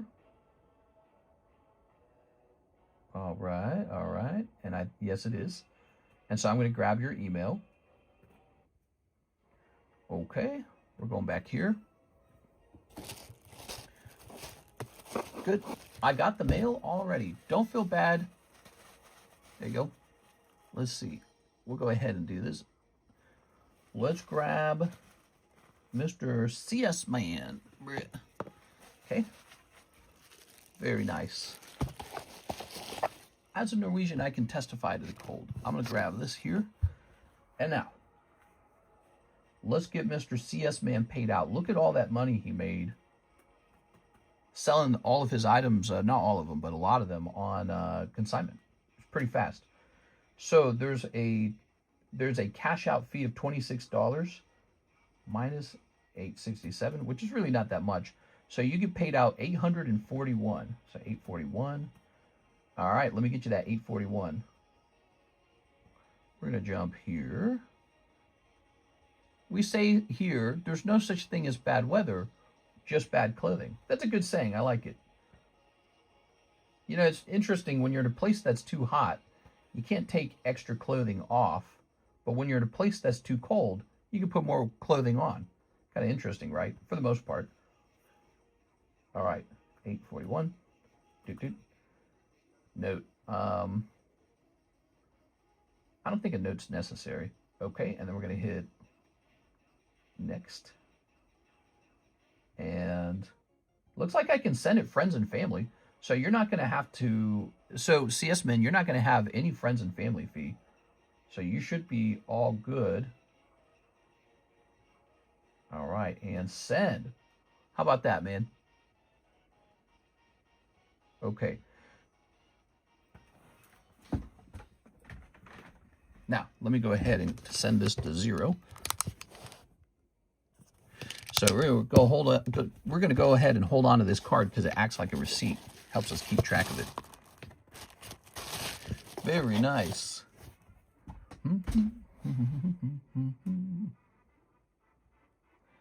Let's see. So here's Mr. Sven all done. Oof, definitely a slow Wednesday. Perfect, thank you. Now I'm putting an order in. What?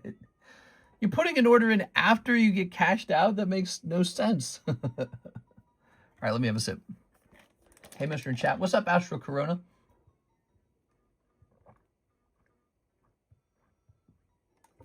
You're funny, Mr. CS Man. All right. So here's Kearsarge. Oops. Bell Sprouts. Arcanine. Here's Venusaur. And here's Baz B. Ooh, Mr. Baz. Look at this. This could have been the One Piece break. People voted on the One Piece break. They said make it the Boa Hancock. I don't know, man. Nobody's jumped in the Boa Hancock. The Boa Foot Penis. We still got these two beautiful cards. You know, I was just gonna send these. Oh, not these two. Where'd that Lugia go? I was just gonna send the Lugia off to my personal collection. Here it is. I think I probably better just go do that. There. You know, Mr. NHCC asked me to price them up as red label cards. I said, I'll do it. Okay, you ready? So, it's that point. It's that point where you start to conserve some of these. Is Union Arena and Duel Masters, question mark, a TCG game made up of random characters? Maybe. I don't know. Union Arena is a Bandai product. Yeah, it's a Bandai Namco product. And it might be kind of like Weiss Schwarz, where you're allowed to build a deck out of your favorite anime characters and then battle someone else's deck, and they might have different anime characters. So I'm assuming it might work that way, because that's how Weiss Schwarz is doing it. It's a clever idea, you know. They need to do something like that, but for video game characters. It is Umbreon. Probably a nightmare getting all the licensing fees correct. But imagine somebody started doing that for, like, you know, all the most popular video games. They got them all put into, like, this single brand. Maybe, who knows? Maybe it'll be Magic the Gathering that does that, you know? Magic got Final Fantasy after all. There we are. Hey, it's Miss Alexandria. How are you today? All right, look at these guys. I don't think I saved up a lot of these Ace of Spades Lugia. And I really should have, because Lugia is, I might keep these over here. I don't know. Cyndaquil, Typhlosion, Suicune, huh? I think I'm gonna put the Lugia and the Umbreon away. I'll keep the other ones nearby in case we want to sell those in the end. I want the Tokyo Ghoul Union Arena. I've been thinking a lot about massively expanding the menu. So for a little while, we've kind of done this thing where we've been shrinking the menu of old sets that, you know, we've had for a while. And so that's kind of been the channel focus for a little bit. And now I'm thinking about swapping over to a new mode where we start bringing on as many new products as possible, with the caveat, we get a single case only. One case. We don't, you know, usually when I decide a set goes into the store, the way I've been doing it is I analyze the set and I calculate, is this worth opening, you know, if you were a collector.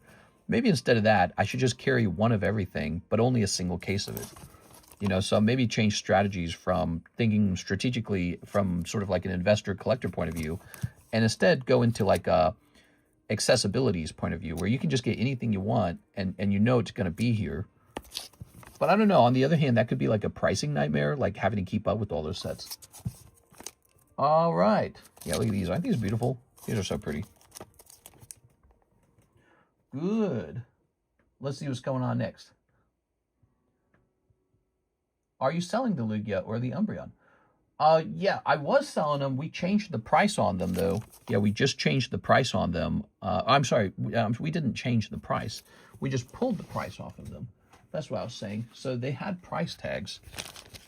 I think this might have been the Umbreon. No, I don't remember, actually. If you could probably rewind the stream and see what the price was. Yeah, these were for sale, and then that nobody snatched them, so I was just about to put these in my private collection now. They were red labels, so they were a little overpriced. All right, we're not looking to liquidate on those. We're looking to build those up. They're great cards. They're great cards, and they're probably underpriced. All right, let's grab a couple more slabs to put up on the table here. Here's Cubone. He's ready to come down for sure. Cubone's been rotating. He's a pricey one. Let me see what this Cubone's really based off of, because $350 for Cubone, at first, it's like, it kind of makes sense, but then also it's really expensive. Cubone's one of those desirable poker cards. Yeah, so there's like no Cubones for sale. Here's a Cubone 10 for $1,000. That's all we see. Let me go in here to sold. Wow.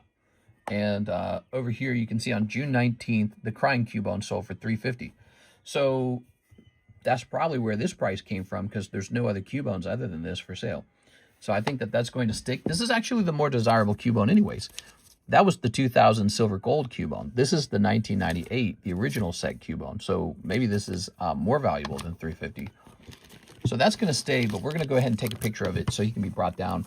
RK9 can be brought down here. This is probably accurate. This feels about right. $240 for a 9. I think we just sold a 10 for $500, didn't we? So that's about right. Cubone's such a sad story. He holding on to his mama's bone. I know, he is such a tragic character. I love Cubone. Okay, there's Espeon. Yeah, he's definitely a favorite of mine. Ooh, we got a 9 Professor Oak. So we're going to have a vintage round here that we can pull down. Ready? Okay. Wow, that looks really sexy, all those cards. Those are 9s. People actually do collect 9s now. 9s go up in price, especially if they're from a set that's rare. You know, modern 9s, maybe not so much. All of these are low-pop vintage 9s. And I guarantee you that Cubone's been going up. I bet you he sold for nothing in the past. All right. These are all being pulled down. Those are all future live custom items, eventually. The live customs, guys, those have been selling so well. It's actually shocking.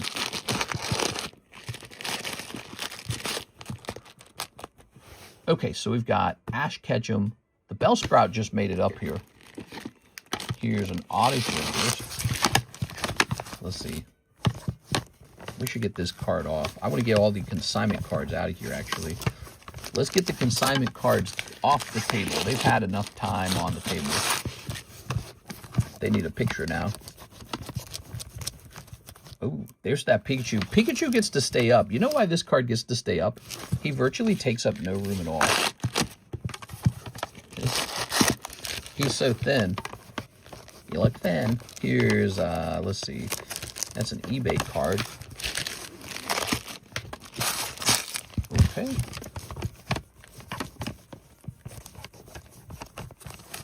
All right.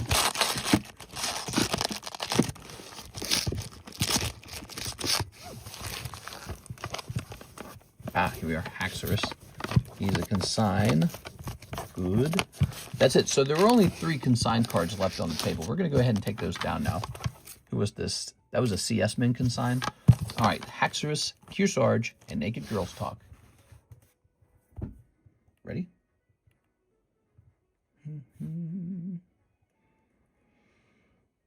The all consignment channel. Zooming in. All right, very good. There we have it. Hey, what's up, Miss Cat? Here we are. All right, put this here. And we'll grab this and rotate it over here. I'll get some of these 10s down too, actually. Supposed to be rotating 9s, and there's some 10s up on the table. Okay, let's go for it. Let's grab some more of these 9s. Slow Wednesday, everybody. Everybody must be out of money. Here's Rocket Moltres. Here's Magnemite. Here's this really cool Cubone. Zapdos 9. Dark Tyranitar. Might as well get this all done, huh? Might be able to finish it tonight. Here's Porygon. Seems kind of pricey at $95. Ooh, that's special. The Gengar's cool. Here's another SpongeBob card for just $60, huh? Out of $199. That's interesting. Okay. All right. Here we have Rayquaza 9 holographic. That's pretty impressive. I like that one. Kling Clang. That's Kling Clang. Oh, it's a Master Ball. That's cool. Here's Command Tower. Here's Hypno. Ooh, this is one of those no rarity cards. That could be underpriced. Oshawott Vaporeon 9. Look at all those 9s. We are almost done, guys. This is it. These are the last 9s right here. All right, we got Geo Rock, Sandshrew, there's Mimikyu, which maybe needs a price adjustment, and King Bradley, which maybe that one needs to go up on eBay. King Bradley. I don't think you guys are ever going to buy King Bradley. That to me sounds like an eBay card. All right, let's see. If you guys missed it, I was building up these packs before we went live. This new thing, I call it the Raw Shuffle, then I call it Quality Packs or something like that. It's the Pokebrush. They're back. So I was building these up, and eventually the box is going to be full, right? But right now it's about maybe a little less than half full. But basically, you're going to be able to grab a random pack of cards. Ooh, like that was a cold pack. So this is an example of a cold pack. You do get stuff, but it's not going to be super expensive. Let's try this one. Hope you guys are doing well. Happy Thursday. This is the Wednesday nighttime stream. No, but it is Thursday now. Tornadoes, Zach, Frieza, Rayquaza, Kyogre. I'm just showing off what these might look like if you try to buy one. Is that Mimikyu Japanese? It looks like it is Japanese. I have to double check the price on that one. Bulbasaur. Pretty good. All right. Let me toss this back up here. So that is called, right now we're calling them the quality packs.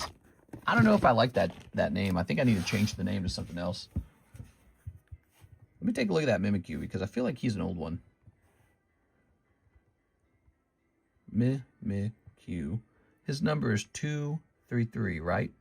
233, Mimikyu. Now, he's correctly priced. What else can we check? Actually, the rest of these look about right. None of them are standing out to me. How much are the Pokebrush? Do you guys like the old title Pokebrush?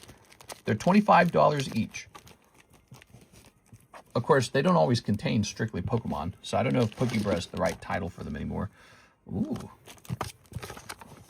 Charizard.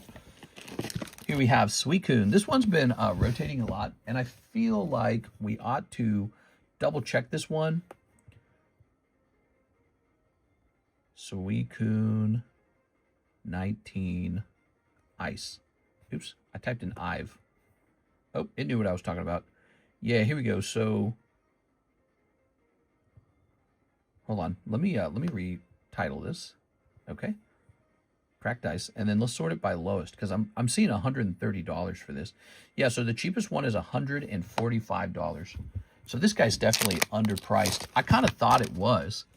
If you pay attention to this one, this is actually Diamond Pearl Suicune 2007, and it's a holographic Diamond Pearl card, graded 8.5 with tag. We're going to update it to that new price of $140. So sometimes prices go down, sometimes prices go up. This was an example of a card you could have bought it from me for $65, and now the new price is $140. So it already doubled. Kind of crazy when you think about it. That card's ready to go into like the live customers or something. And honestly, that looks about way more appropriate for it. Like my little radar was going off in my head that it was probably underpriced. All right, here we have a penny message from Mr. Eric. How much, pretty please? The Pokebrush are $25 a pack, and I'm still making them, but there are some made. Mister, I have 2 bags. Are there any cards that could get me a spot in the trade break? Heck yeah, dude. I'd love to do a trade break. Tonight's the perfect night for that. It's a slow night. So let's pull this forward. And you're Eric Rodriguez, which would mean you're over here somewhere. Let's go get it, man. Yeah, it's a good night to do trades. Good night for pre-grades, box sorts. Here's Eric. It's just the one bag? No, that says number 2. Here it is. There we go. Let's see what you got. All right, you ready? So, you got a stack of yellow bulk cards. What is this from? Looks like it's from base set. Is this from base set? No, this is from, I recognize this. This is Crimson Invasion. So you got some Crimson Invasion bulk. Here's some more of it. Here's some Crimson Invasion Hollows. What's this back here? Looks like those are some cards you had pre-graded already. Energy card, Goosebumps, some SpongeBob SquarePants. You could trade that in. It's not really worth anything, though, so you could just keep them for fun. SpongeBob, he's a bit doofy. But I don't really grade those KU cards, you know. Even though I think you can grade them. I was just asking you about that yesterday. Okay, let's grab this. You ready? So this is baggie number 2. You got some Korean hollows. You got a Duskull, Master Ball, a Selgor, Houndour. So here are my thoughts. I normally wouldn't really pay anything for this. This is just, you know, it is just bulk to me. But maybe I would trade this in for $5, this yellow bulk here. And then I guess maybe I'd go store it somewhere. I don't know. That's all I can think. That's about all you got. I mean, you can start to trade in stuff like this. We'd have to pile it up together until we find something that's worth it. Maybe like the holographics or something. I don't know. Yes. All right. There you have it. I'm going to place this back over here. You think about that. The yellow border bulk. I don't know if it's truly worth $5. Okay. So that's what we had for you. Let's go check that website out. Slow Wednesday today, guys. We're still hanging out. We got an order over here. Let's see.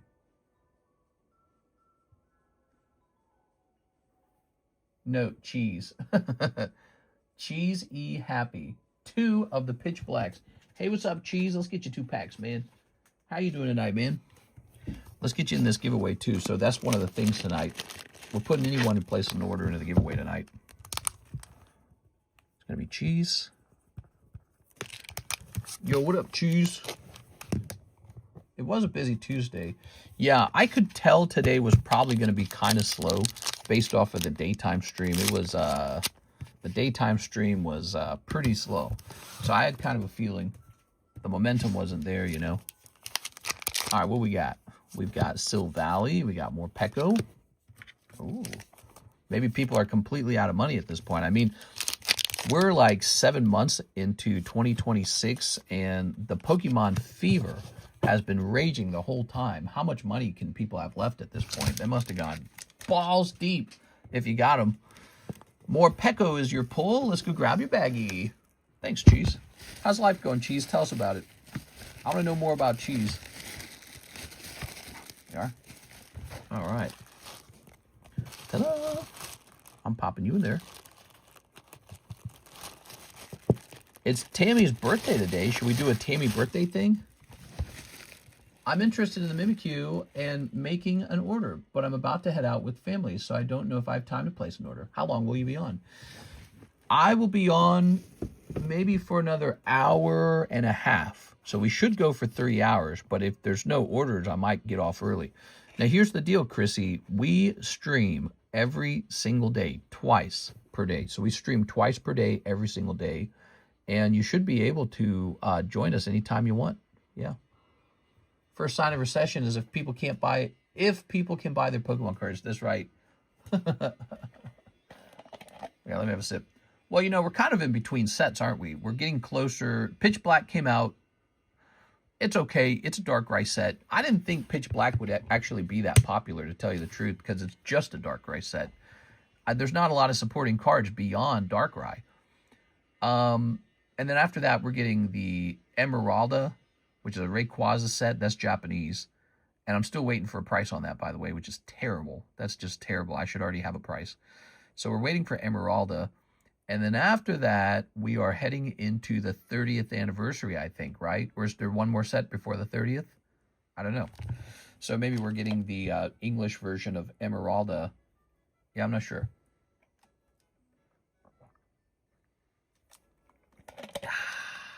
I'm saving for the 30th. And MTG Star Trek. There's going to be a Magic the Gathering Star Trek? That's hilarious. 2 extremely nerdy things. Well, this is all the PSA 9s. All we got to do now is image them and get them off the table, and it's time to start rotating. The A box. We have an A box. Here's a Joshua Ramos order.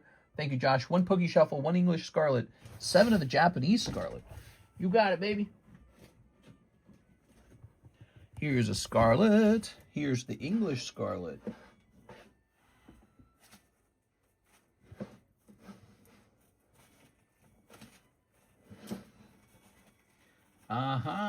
Here we are.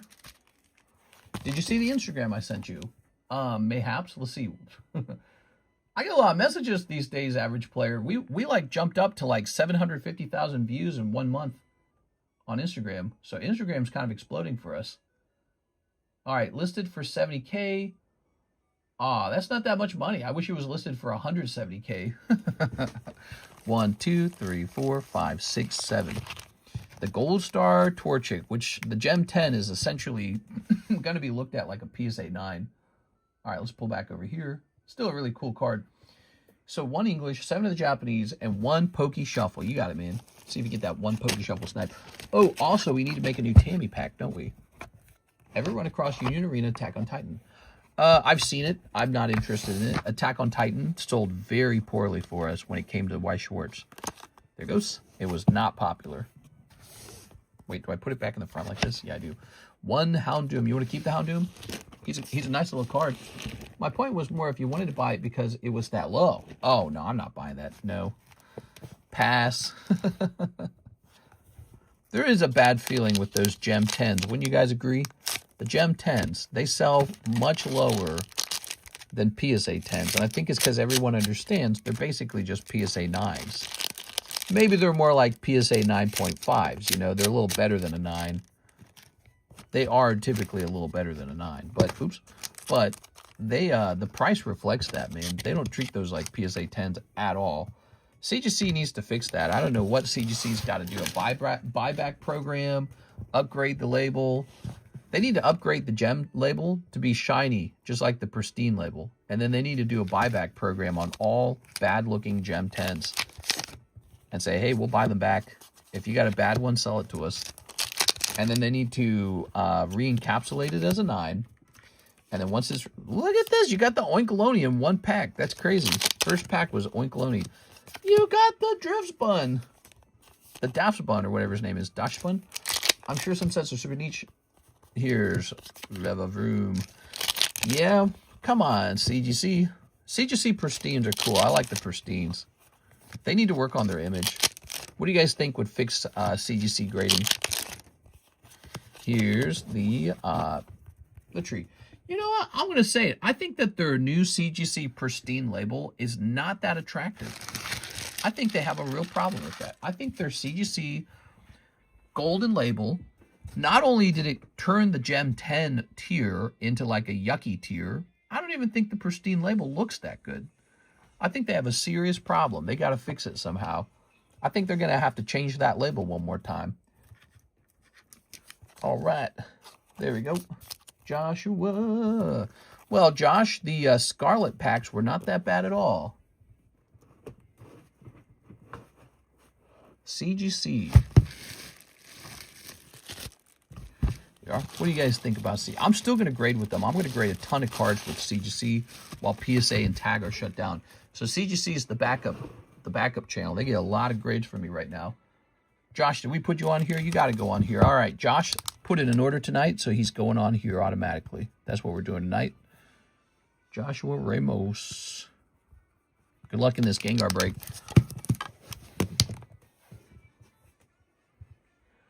What else? What do we got next? What do we got next? We do have an order over here from Mr. Jorge Giron. What's up, man? Damn, you're a celebrity at this point. Definitely not. Definitely not. Here's, yeah, like, maybe a couple people in the Pokemon card community recognize me. That's not a celebrity. That's like a YouTuber, which I've always been a YouTuber. 1 Pokey Shuffle and 1 other shuffle for the Snipes. Good luck. All right, let's see what we got. 1 Pokey Shuffle, 1 other shuffle. Oh, yeah. Is it normal for one of my shipping labels to show tracking, but the second label shows unknown? Oh, so Miss Alexis mentioned this. She accidentally tore your label, and today I'm reprinting the label, and then your second package will be going out. So your package didn't go out because the label got torn. Only 1 package is on the way. It is. Oop. We got a Flaffy. Lovely. And it's one of those tasks I have to get done. Okay, number 2. We got 1, 2, 3, and 4. 2 cold ones. Sorry, mister. All right, let's grab these. That sucks, man. All right, grab this, Mr. Jorge. Well, you get a 3rd shot at this thing, so maybe that's still going to work out. There it is. Ooh, I know. She does a good job. David Morey says 1 pack of Teenage Mutant Ninja Turtles. Oh, yes. I love opening these Teenage Mutant Ninja Turtles. They're so good. Ooh, what are all these slabs doing here? I'm going to move these over here. I think I was saving these for the pokey shelfers or something. So, where is the Teenage Mutant Ninja Turtles anymore? Give me a second. Let me back my chair up a little bit. Is this? Yep, that's them. All right. Teenage Mutant Ninja Turtles. Good. Jumbo. Oh, we have to make that Tammy pack and put it back in the Pokey Shuffles. The Tammy pack. I did it, Mom. I pulled a Tammy pack. Ready? I think we should have an actual Tammy pack where Tammy decides what the cards inside are. There it is. Tunnel Rats. EPF's Point Squad. Return to the Sewers. Null Ground Biological Asset. No, Null Group. Jenica, Bad Apple, Big Sister. Shredder's Technique. Okay. Dimension Exile. Raphael, Most Attitude. He's got the most attitude. All right. Arcane Signet. Island. Ravenous Robots. These 2 guys. Mikey and Leo. Rhythm of the Wild. Prehistoric Pet. And Food. Wow, these are so crazy. These artworks from the old comics. I will not eat green eggs and ham. Wow. Eggs and ham are delicious, man. 2 of the best foods in the world, eggs and ham. They were meant to be together. You know what I had tonight? So for dinner, I had the Chili's Big Chicken Sandwich. And first of all, let me comment on it. The chicken sandwich itself is pretty impressive. First of all, it's huge. It's the largest chicken sandwich. I don't think any of the other companies have a larger chicken sandwich. Like, I think the Popeye sandwich that I had years ago, before we even left the Lake of the Ozarks, I think that one's close. But it's larger than Chick-fil-A. It's larger than KFC. I'm pretty sure it's larger than the Popeye's chicken sandwich. It's huge. All right, Mr. David. Where are you, Mr. David? You're going to be... we didn't create a box for you, right? We didn't. No, we didn't. I think what we did was we shipped you recently. All right. Hey, what's up, Tonka Tootsie? How's it going? So here's the other thing that really impressed me with the Chili's chicken sandwich, which I just had. It's like real chicken. So weird. It's like you bite into it and it's very chicken breasty-ish, right? Like when you bite into the KFC chicken sandwich, something's weird about it, like it's been treated. You know, like it's got glue in it or something holding it together. There's something weird about it, like it's been turned into a chicken product. When you bite into the Chili's chicken sandwich, it's actually just chickeny. It's so strange because there's so many chicken products that are not like that. It is Popeye's #1. You can't say huge and not do the Trump impression. We have the best chicken sandwich. Nobody's got chicken sandwiches like us. Here's Mecca Streisand. So anyways, that's the happy part of the story anyways. The super annoying part of the story is I had it delivered by Uber Eats. And get this, it took 1 hour and 15 minutes for them to deliver it from the store to me. What was the driver doing, smoking? All right, I placed the order 2.5 hours ago. It takes forever for them to pick it up. And then it takes them 1 hour and 15 minutes to get it to me. What? It's literally insane. And then the food arrives cold. It's like ice cold, okay? It's clear that it's been sitting out forever. It arrives ice cold. Cold French fries, cold broccoli. I got the broccoli. Kira's got the French fries. The chicken sandwich is cold. It's a cold sandwich. It costs so much money.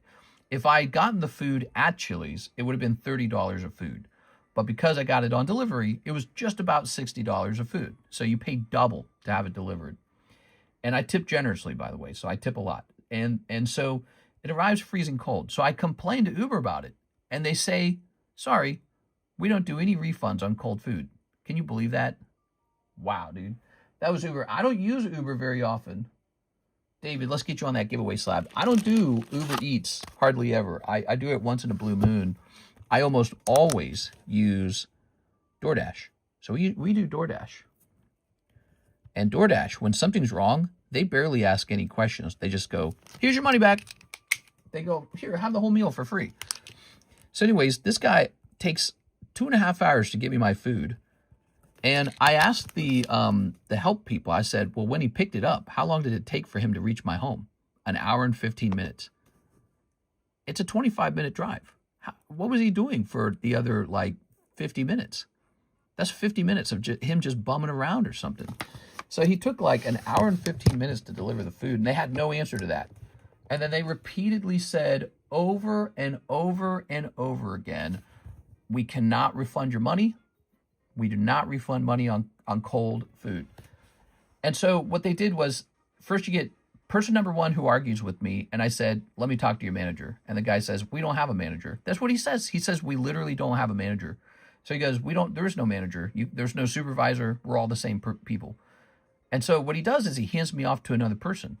And I argue with this person. I say, look, if it's going to take 2.5 hours for the food and 1 hour and 15-minute delivery time when they actually pick it up from the store, from the restaurant, I say, can I just have a refund on delivery or something? It's like, it's just too long. Your app should tell me that. I told him I wouldn't have ordered it because we were eating at 9 p.m. as a result. It was 9 p.m. by the time we ate. It's 9 p.m. and we have ice cold food that we paid double for. And he said, yeah, our policy says we don't refund on cold food. I was like, I can't believe this. I was like, how's this a thing? Actually, I had to fight with them just to find out how long it took for the driver to drive it over to me because they were reluctant to tell me that. I had to ask over and over again. So I'm literally fighting with the help desk or whatever. It's all over text. I should have saved it. I should have recorded it for you guys. It's hilarious. And anyway, so I'm still arguing with them. Joseph Smith, one pokey shuffle. You got it, man. You got it, baby. Ready? I'm arguing with them. And I say, you guys, this delivery just took too long. I'm like, cold, soggy fries, bro. What do you think of that? He's like, our policy says.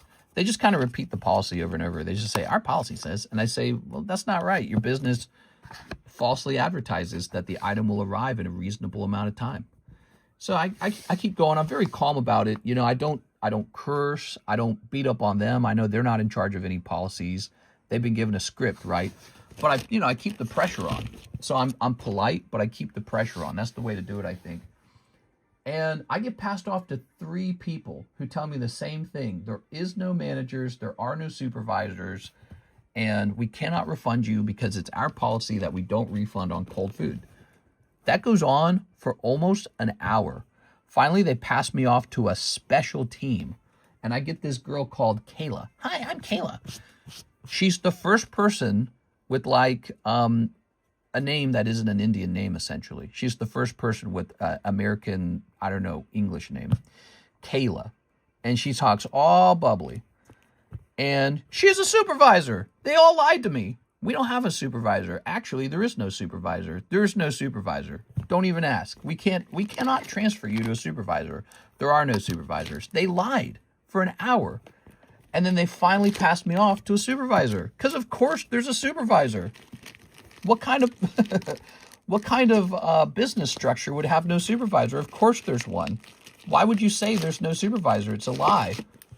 So they finally passed me off to this Kayla person who talks really nice, way nicer than anyone else. Everyone else was just like, shut up, eat your chicken sandwich, get out of here.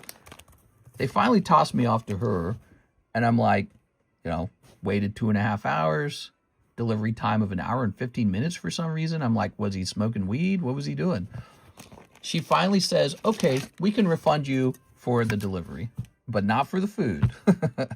Because as per our policy, we don't refund on cold food. So I waited an hour for a 30-minute refund, which is like nothing. And I could have just been working on cards that whole time. But I don't know, I was mad. It was like, it was the principle of the thing. I felt so annoyed that my dinner was ruined and there was no accountability for it. There's no accountability at all for an hour, 15-minute delivery time from a store that's 25 minutes away. They can't tell me why it took so long. And the food's ice cold. I don't even know if he's spinning it or not. Maybe he's spinning it. I don't know. Maybe I shouldn't have eaten it because we did end up eating it. Oh man, Mr. caught me at my day job. It's always Caitlin. I'm Gupta. It was about the principle, not the money. Exactly. Like if she told me no matter what, we cannot refund you, I would be out, well, whatever it would normally cost to just get the food.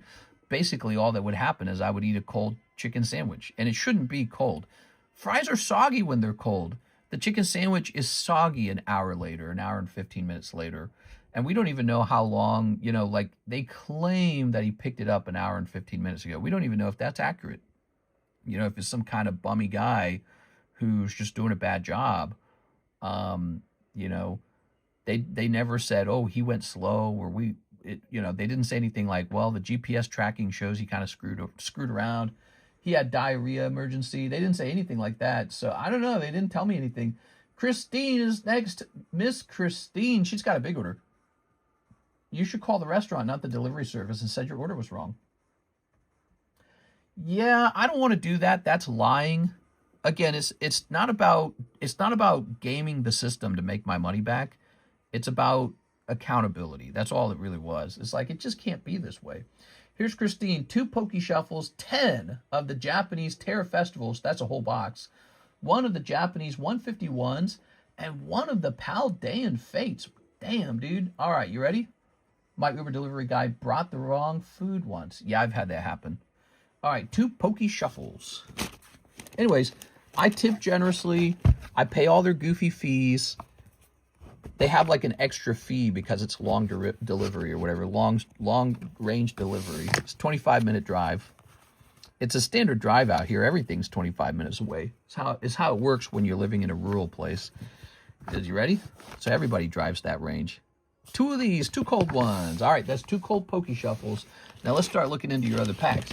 So we're getting you a whole box of the Tera Festival, and then you need 1 of these 151s. All right, now don't show this to Mr. Mark Kaplan and Mr. Paldean Fates, because if you pull a big hit out of there, he's going to be sad.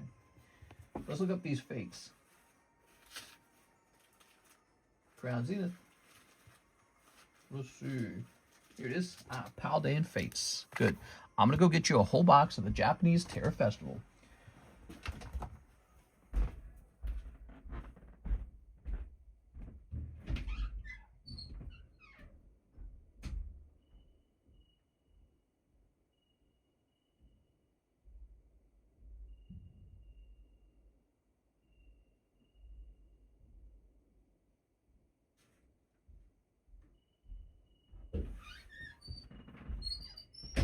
Here we are. All right. I ordered a side of lettuce at Taco Bell. Oh my God. He's getting the deep cleanse. All right. But yeah, my review of the chicken sandwich from Chili's is pretty positive. Their food was pretty good, despite the fact that it was cold and soggy. Tasted good. It was like real chicken. Felt like I was eating a whole chicken breast. It was pretty expensive on the app. I think I've seen it in their restaurant, though, for $15. What's crazy about that is it's not that far off from the cost of regular fast food these days. Have you guys seen the price of fast food? It's outrageously expensive. So it's such a large sandwich that you could almost count it as like 2 McDonald's sandwiches put together. It is. And when you consider that, two decent sandwiches made out of real chicken, you know, it's not bad for a food item. All right. Also came with 2 sides. I got 2 sides of broccoli. That's what I did. I did two sides of broccoli and then the chicken sandwich. You got some olive coming out of the Paldean Fates. And just some hollows coming out of the 151. Okay, no super snipes there. Now Mr. Mark Kaplan can sigh a sigh of relief. Because he's been hunting those 151s. I think he was hoping a hit was nearby. Look at that smaller, beautiful. 50-piece popcorn chicken at KFC for $10. Yeah, but it's not even food. What exactly is the popcorn chicken? It scares me, dude. It scares me, bro. All right. Okay. Anyways, ultimately, after battling with Uber Eats for about 1 full hour, Kayla gives me that $30 refund on the delivery. And it's just sort of like with DoorDash. So DoorDash is getting my recommendation here. With DoorDash, if the same thing had happened, they'd have been like, they'd have snapped their fingers and the whole thing would have been refunded. They're way better. Uber Eats, they lied to me over and over, dragged me along, told me there's just no way we could ever refund you for horrible service. They like defended the service. It was so blatantly horrible. And then right at the end of an hour, they go, oh, wait, yeah, we do have supervisors. And Kayla gives me a partial refund on my freezing cold food. It's like, wow, amazing, dude. Terrible. The 2 sandwiches together were like $36. I tipped $12 for the delivery. There you are. All right. And here's the glaceon. Screw Uber Eats, DoorDash, it's better. Man, it was just so rough, man. I was like, I can't believe you're fighting me over this. Like, are we both looking at the same details here? Like, what in the world happened with this order? There we are. Umbreon. I stand with Kayla. Well, Kayla gave me a refund. She like apologized a bunch. I was like, oh, that's so nice. Nice, cheap words. Here's Hoot Hoot. But that's what you do when you're in customer service. That's your job, is to just be like, nice. Thank heaven I don't have to do that. I can just tell you to screw off. Well, I'm keeping all your Pokemons. I would never do that. No way. Here's Okie Dokie. Unless you did something very naughty, then maybe. You'd have to be pretty naughty. Here's, whoa, Ogre Pond. Here's this gentleman. He's not your hit, right? He's not the hit in the box. Surely, hopefully. He's just another, he's a bonus pull, right? All right, let's keep going on. Yeah, he's just a bonus hit. Here's, now, if we were opening up Prismatic, that would be your hit. And then you would cry. Your name would be Shahir. I stand with Kayla. Gala. Here's Sylveon. Yeah, delivery services can be really hit or miss.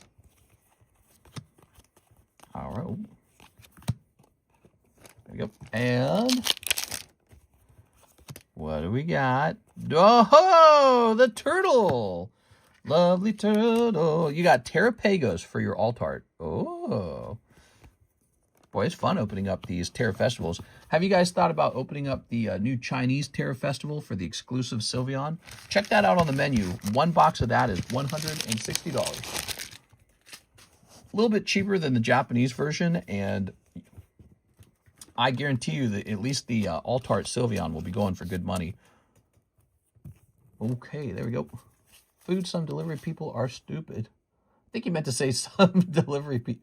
I think he meant to say some food delivery people are stupid, but he said it out of order, so it sounded kind of like, sounded goofy. All right, here we are. Yeah, man, I don't hold that. I will not hold it against you if you're stupid, but you got to do a good job. Here it is. But maybe that's how you define stupidity, is if you do a bad job. Here it is. All right, Christine, let's grab your bag. Christine. Aha. We are out of room. We need to make some room. Are these all expired? Yep, they're all expired. All right, so we have just made some room. Looks like you're international, and you've already paid for shipping. Good for you. So we're going to add some more cards to your baggie, so it's a little fatter. They're working hard. At least they're hustling. Yeah, I agree. I actually agree with that. Did I tell you guys I signed up for like a delivery service app as a worker, I jumped through all the hoops. They wanted my driver's license. They wanted all my information. But I signed up for one because Karis and I are so insanely bored on the weekends that we have joked for a long time about doing like deliveries to people's homes as sort of like this thing we can do together to get ourselves out of our house. And I actually signed up for that. And so now I get this, what is the name of the app even? I don't even remember it. Hold on, wait a second. The name of the app is Roadie. So I signed up. I had AI tell me which one to sign up for. It told me to sign up for something called Roadie. And it gives me notifications that I can make these deliveries for people and get paid. And it's so outrageously bad. Like, it will say, here's this 1.5-hour delivery. And it's like this huge long drive, right? From Walmart or Home Depot or something like that, right? And it'll be from point A to point B. This long 35, 40-minute drive, right? Like, that's typical out here in Lake of the Ozarks, long drive. But the pay is like $30. And I'm like, hold on. So I got to do a round trip of like 35 minutes. And I got to wear up my vehicle and I got to do gas. And I could car crash the whole time. And the pay is like $30. Woo! Those are some rough jobs, man. I don't know what to think of them. The delivery jobs, I don't think they're that good. I think they're actually kind of a ripoff for the person doing the delivery. Yeah, they make money on tips. Robotaxi will bring me food. Yeah, so that may be the future pretty soon with the full self-drive cars. All these side gigs where it's like you make money delivering food. That might not be as profitable at all over time for the worker, for the human, because, the more a computer can do it, the closer you are to that job being almost obsolete. I mean, imagine the car pulls into your driveway and just opens its own door and says, all right, come get it. You take the food out of the car and then it closes its own door and speeds away. That's pretty important. That's pretty close. So check it, mister. About 60% of delivery income for me is tips. Oh, I see. I don't know if that's how it works on this app called Roadie. I don't know I don't know if the price they're telling me includes the tip or not. I think it's like a gig and you bid on it or something. All right. Thank you for the big order, Miss Christine. I appreciate it. Let's get her on the giveaway slab. Anyone placing an order tonight gets on the giveaway slab. This needs to be listed on eBay. All right. Maybe a little bit busier now. We get our orders really late at night sometimes. All right, there you are. Anyways, yeah, Karis and I are terribly bored. It's one of the reasons why we're thinking about moving. Other than the lake, there isn't a lot else to do out here. All right, we have a really big order from our friend Mr. Ki-Hyun Ro. And his order is for 24 Japanese one-piece EB3, one box, and $90. Can you put them on store credit? You just want $90 of store credit? You got it. All right. Here you go. Unless you already have a store credit card. I don't think you do. So let's start you one. That's a big order, man. Here we are. You're at $90. Take an actual vacation. Yeah, maybe a vacation. But a vacation doesn't actually solve the long-term problem where I struggle really badly to have a good time on my off days. Like, obviously, if I wanted to actually make good money, I would 100% not do delivery app stuff because I think delivery drivers do not get paid well. Pokemon cards pay really well if you have carved out sort of like a system for making money. So I can make tons of money just working on Pokemon cards. Delivery apps like, here's $30 and it takes 1.5 hours of your time. I was like, what the fuck? That's not that good. It's like $15 an hour or something, like a Walmart worker, except I also have to bear depreciation on my vehicle and risk car crashing. Like, Jesus, dude. So, but anyways, if we did it, we would get out of the house, though, that's an interesting thing. So I do have this problem with having fun where I think maybe if I just work some more, but it's a different job, I'll have fun because I'm doing something new. But I don't know. It's it's a curious thing. How funny would it be if we did that, though, if we went on like this delivery thing and we took you guys with us and we went live, talked to you guys while we were doing it or something? That'd be funny. All right, but, you know, because I don't get enough, I have a very narrow lifestyle where I just work on cards all day. Let's go get this EB3. I'll be right back, everybody.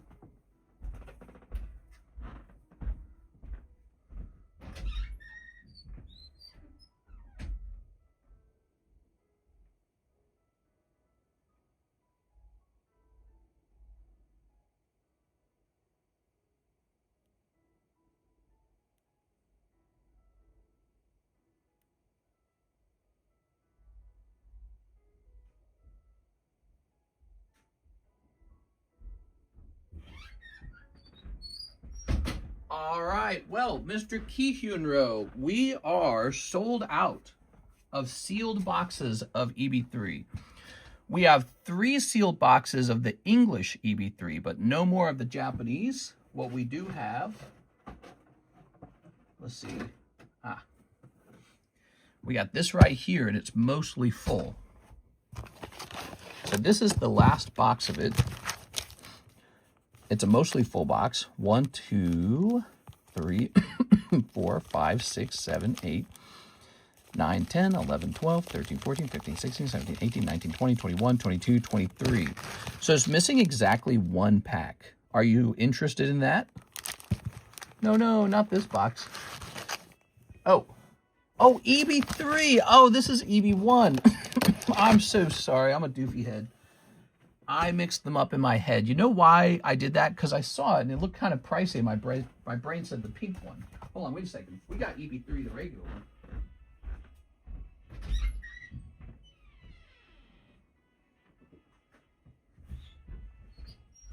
My bad. I mixed them in my head.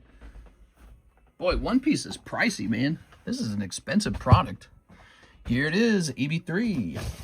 Oh, yes. This got expensive. Right, this jumped in price. We checked it last time you opened a box, I think.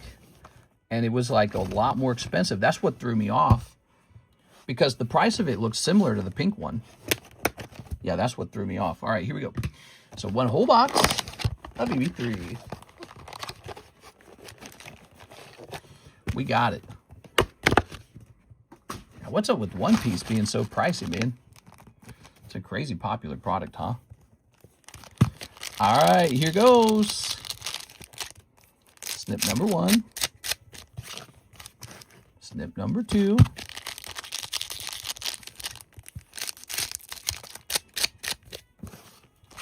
Snip number 3. I'm more into One Piece. I don't know why. Hey, man, if you love it, then that's good. You should always collect what you love. You can't always chase after, like, whatever's hottest. You have to chase after what you love. All right. There we go. I could have made more money in the Pokemon hobby if I had just purchased more Pikachus. But I'm not a Pikachu fan.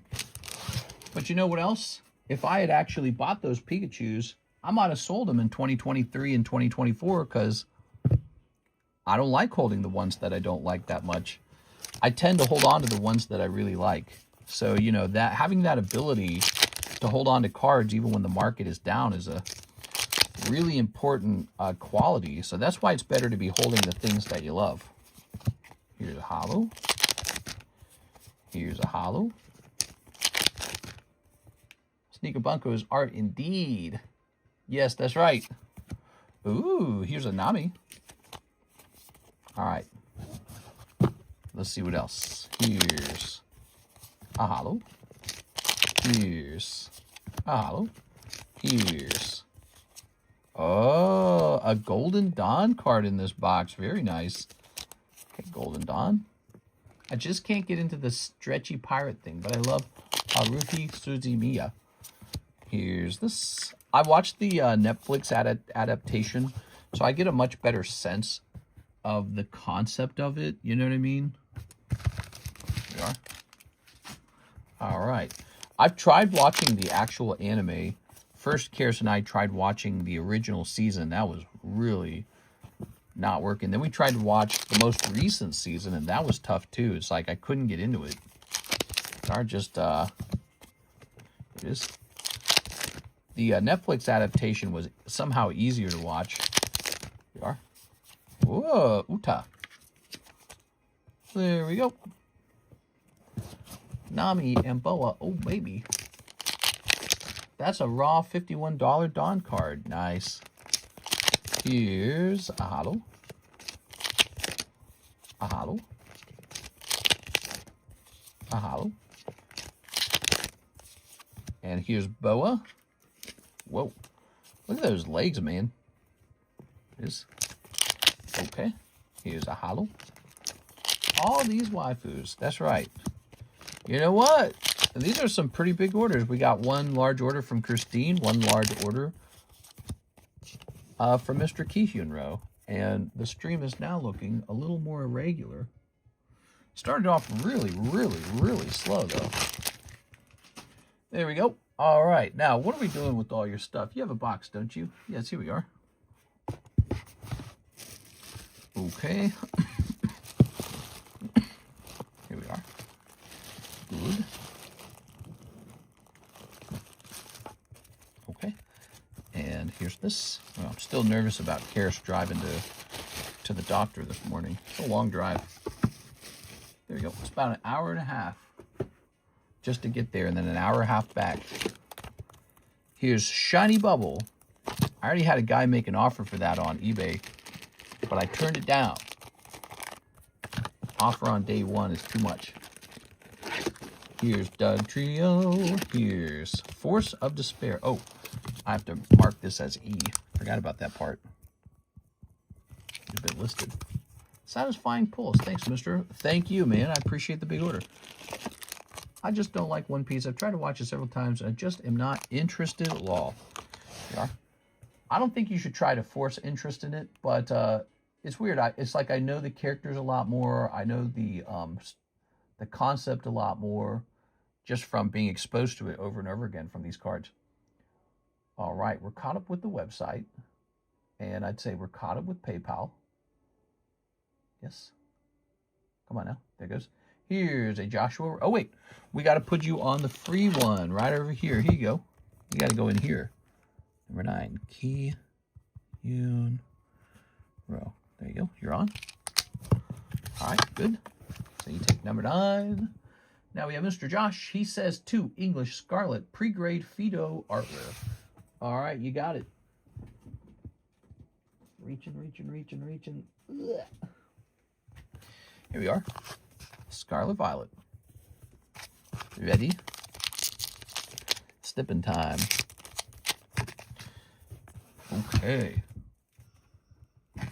Here's Rock Chest Plate and Flamigo. We got Flamigo. You know, it's cool. This set starts out with the ARs in it, like the slope, the drowsy AR. I don't think there's a slowpoke in here, but the drowsy AR is in here. And so right off the bat, this base set might one day have pretty decent value because it introduced that card type.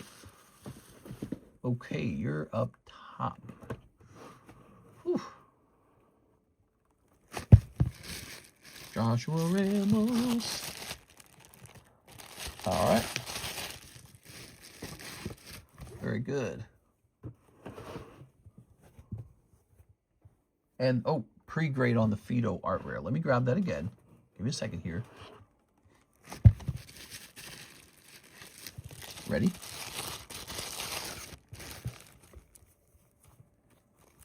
Fido. Where'd we put him? There it is. Ah, so cute. Do you have any recommendations on what to open? There you are. All right. Here's Fido. Well, we just got the new set Pitch Black in, and no one has pulled the Darkrai, so if you're the first one who pulls it, you're going to be in the Hall of Fame for that.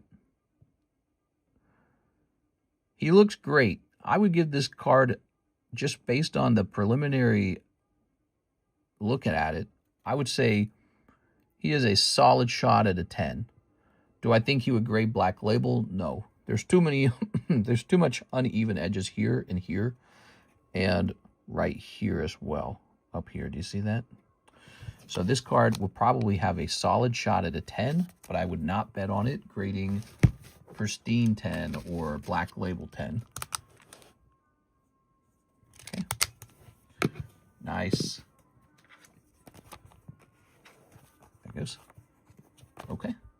Those Japanese cards do grade 10 more often than the English ones. That's a pre-grade. That's $3 per card. Any recommendations, huh? I would probably consider Pitch Black to be the first person to pull the Darkrai alt art, or the Golden Darkrai.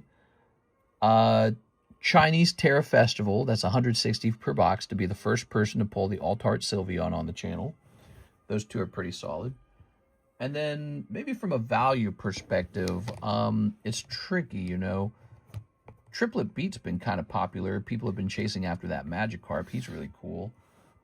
You know, if you think about the Magikarp from Triplet Beat and Paldea Evolved, that artwork has now made it into the 30th anniversary collection. And so there might be a lot of people who wish to own that Magikarp now that it's like, you know, there's going to be the anniversary edition, but also there's the original edition.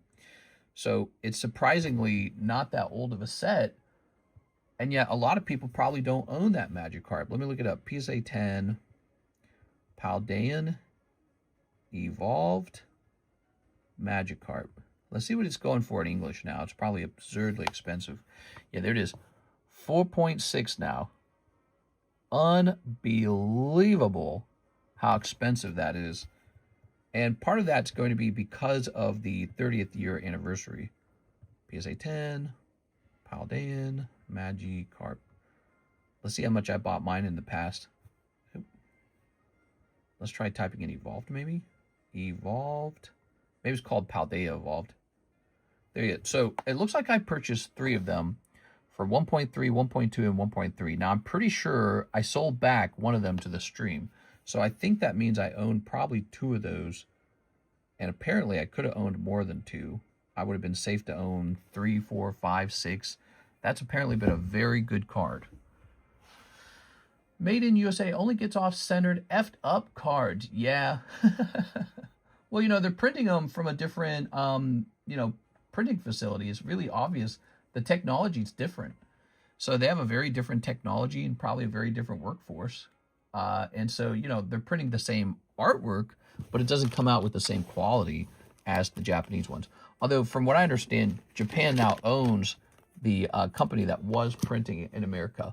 All right, let's take a picture of these again. Are you ready? So we got Hitmonchan, Movie Edition. Let's take down a row of these before it's time to go, right? There's Professor Oak. He got listed. Here's a Team Rocket Zapdos. That's a lovely card. Here's Baz B. He's a PSA 10. We don't want him. Latios is also a 10. What the hell?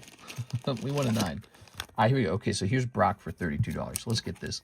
Okay, let's put this guy on this side. So he can be with the Professor Oak, and he can be with the Snubble. Japan just has higher standards. Now, there is a gym break running. If you guys didn't catch that gym break, it's a really lovely one. Oscar Resendez jumped into it at the very beginning of the stream. I'm going to show off the gym break in case you want in. It's $35, and it's Poker Pikachu. It's a really nice Poker Pikachu. And no one else has jumped into it yet, probably because they haven't seen it rotate to the front of the pile, because we got so many slabs right now. I think we sold a lot of 9s. Here it is. All right, so this card could have just gone into the Poke Shuffles for sure, or the live customs easily. It's just a lovely card. But here it is. It is a gym break. Feel free to snatch it. Here's Ash Ketchum. Feel free to catch them all. Here's a nice Sprigatito 9 from the McDonald's set that the McDonald's Pikachu is from. Oops. Did the sub list on that Gym Heroes went off? No, it did not. So he's referring to this sub list right here. And you can see there's 2 spots left. Spot number 3 and spot number 4 are available for the pack split sub list. Now, I know why you're interested in that, because you got 2 spots in this pack split. So, you know, the sooner that goes off, the better. Because eventually we're going to get to open that Gym Heroes. I'll take a spot with the store credit on that Pikachu. All right, so the Pikachu is done. Don't try to buy into it. Okay. You're going to have $55 remaining. All right. There it is. Good. And let's go grab your card. Mr. Oscar, are you still here? I'll take 2 spots for me and Tammy on the birthday gift also. Oh, look at you. All right, I like it. You're very generous. Let's see. How did I write your card? Did I go with Ki-Hyun Ro? I went with Ro Ki-Hyun. It's funny, that's how it's set up on PayPal, so that's how I set up your name over here. There it is. Now, I'm going to grab this. Okay. Popping this Pikachu in here. And you will be on the right side, and he will be on the left. That's determined by when you bought in. The person who buys in first always goes on the left side. All right, you ready? We do it that way so people don't, like, request left or right. Because somebody will think, oh, the left side's lucky or something like that. Or the right side's lucky. Glad you're home and relaxing. I'm here. Today was a little rough. When is Mr.'s birthday? I turned 38. That's so old, dude. I turned 38 in April. So we're heading toward the half point, the half birthday. Yeah. Do you guys do that when you were younger? Did you do half birthdays? Some people did that crap. Not our family. It is. All right, we didn't need to because there would be another birthday every other month for one of the kids. Oscar on 1 gets a energy. Rookie Hyun. Gyarados is strong. You might still win here. Ah, you do. It actually beats the Articuno with the water energy. So even though, the energies match, so he gets a bonus of 40 HP. That comes out to 150. You still win. You have 180. All right, so round 1, Roki Hyun. Round 2. Oh, no. Elekid is death, man. Elekid's the weakest card in the deck now. That is just so unfair. All right. That was a clean sweep. Roki Hyun will take the Poker Pikachu. That's a pretty good one, Mr. Roki Hyun. Oh, no. I turned 38 in October. Congratulations, man. You feeling old? I know my older sister's feeling old. She was always a year and a half older than me. And so in August, she's 2 years older than me in August. And so that means if I'm 37, she's 39 in August. That's some existential crisis. You know, that's some, midlife crisis kind of stuff right there.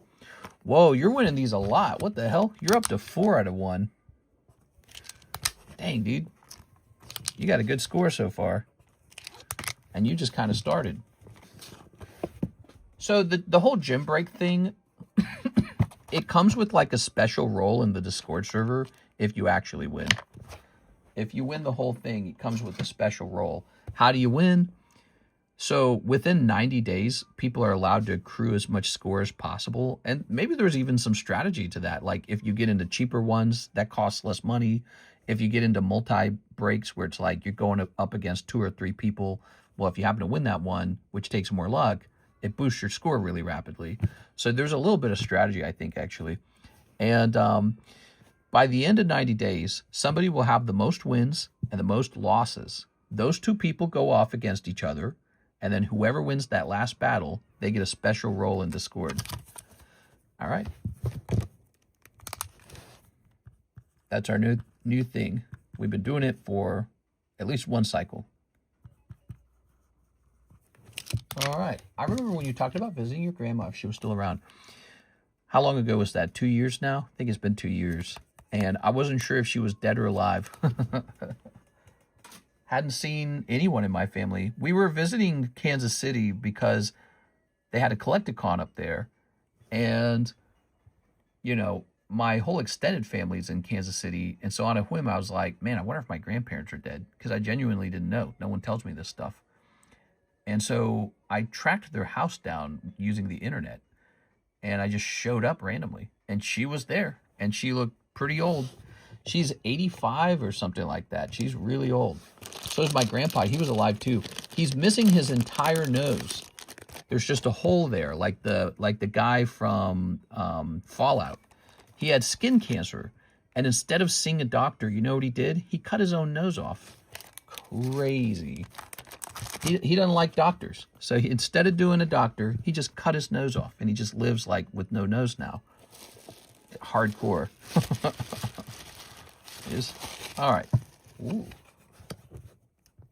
So this is $5 remaining. Okay. He had skin cancer on his nose, and he said, I don't need the doctor. I'll just cut my nose off. Jesus Christ, dude. All right. So he looked pretty wild.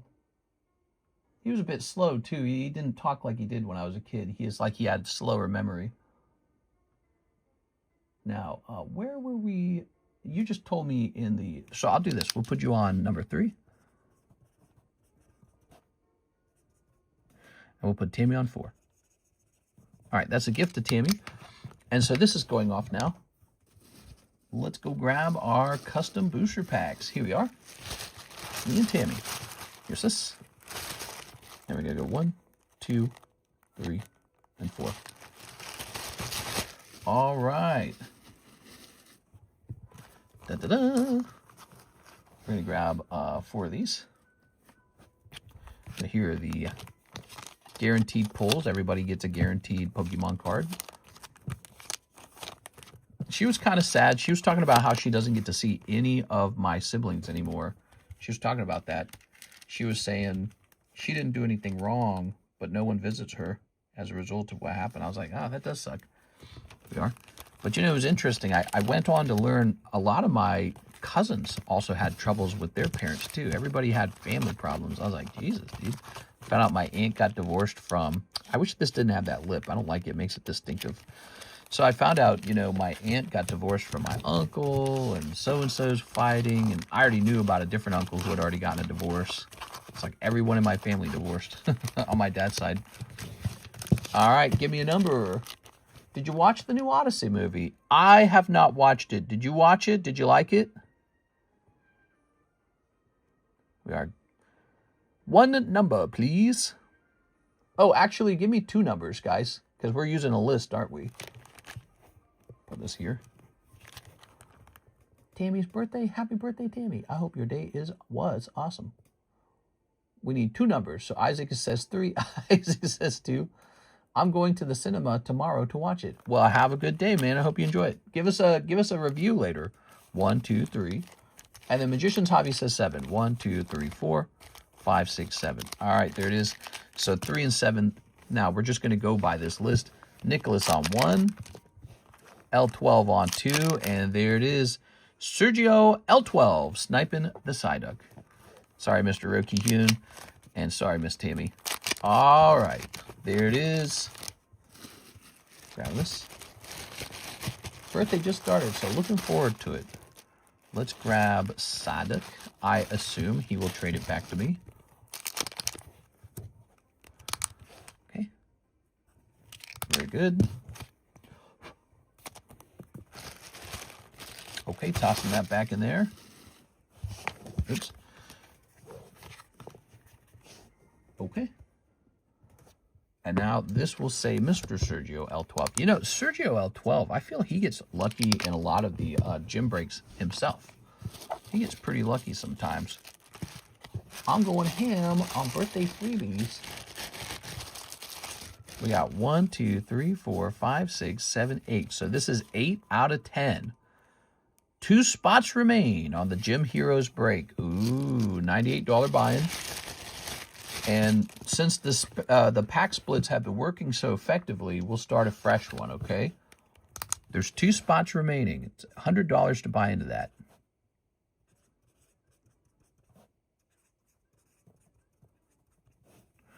One, 2, 3, 4. We're going to say 1 and 4, $25. Tammy should get a Tammy pack for her birthday. Tammy, Tammy. There you are. All right. Let's put that there. I'm going to toss this over here. We need to make a Tammy pack. I forgot about that. You reminded me. So that started. Let me go do this. Let's see. Let's copy this video link.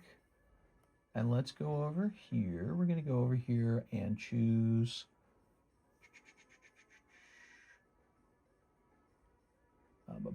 Where is it, dude? So hard. Oh, there it is. Breaks history.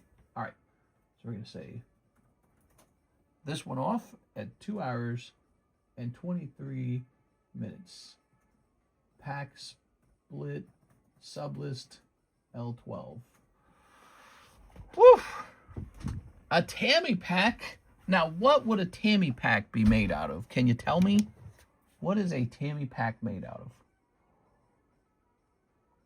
I'm going to hit refresh. You forgot to add 25 on my donation ranking.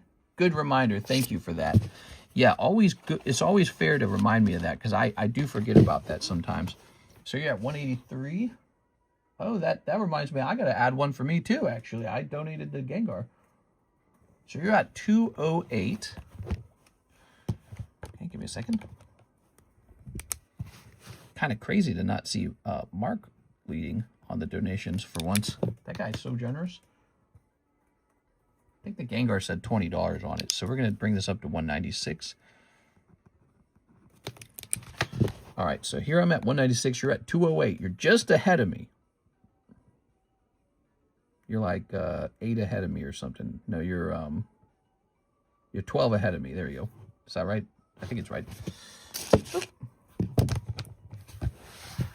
Tammy packs only have hits. Oh, imagine I did some kind of like trick where I like got only heavy packs and put them all into a pile. That'd be crazy. All right, let's just see. What do we got now? So we got a little Robert Wright. He says, oh, no problem, Mr. Robert. All right, let's go grab that. Robert's thinking it might be better to cancel these. Here we are. Okay. I'm going to toss that over there. All right.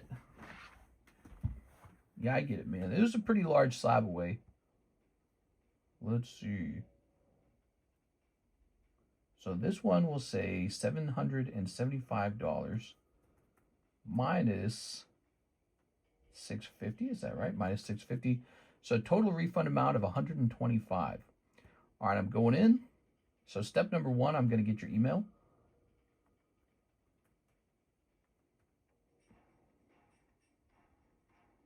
Come on. Taking forever. All right, let me grab this. And we're grabbing one of these. I can see we have a Sarah Dusenberry order coming up. All right, so where is that email? There's the email. Okay, now let's go back to the front page. Okay. Oops, come on now. We're going to hit send up money. Almost done. And the amount is $125. All right, there it is. Now, if it's going to ask me a fee, let me see. It's going to be a fee? Oh, there's a $5 fee. So I think, in fairness, I'm not going to charge you the $20 cancel fee. Normally, there's a $20 cancel fee. I'm going to waive that, but I am going to charge you the $5 conversion fee because it's going to convert it from USD to pounds. So give me a second. So you're going to cover that portion at least. So I will waive the cancellation fee, though. All right, there we go. So I'm going to hit next on that. And there we go. I'm going to hit send. All right, it's all good. Looking at that Rayquaza, after current breaks, do you have plans maybe to run booster break on Evolving Cries booster box? Evolving Skies booster box break. I don't know. I'm scared of those. Evolving Skies, huh? That would be an interesting one. I don't know if I could get people into it even. It seems like it would be so expensive. There we go. All right. So these go back up on the table for sale then.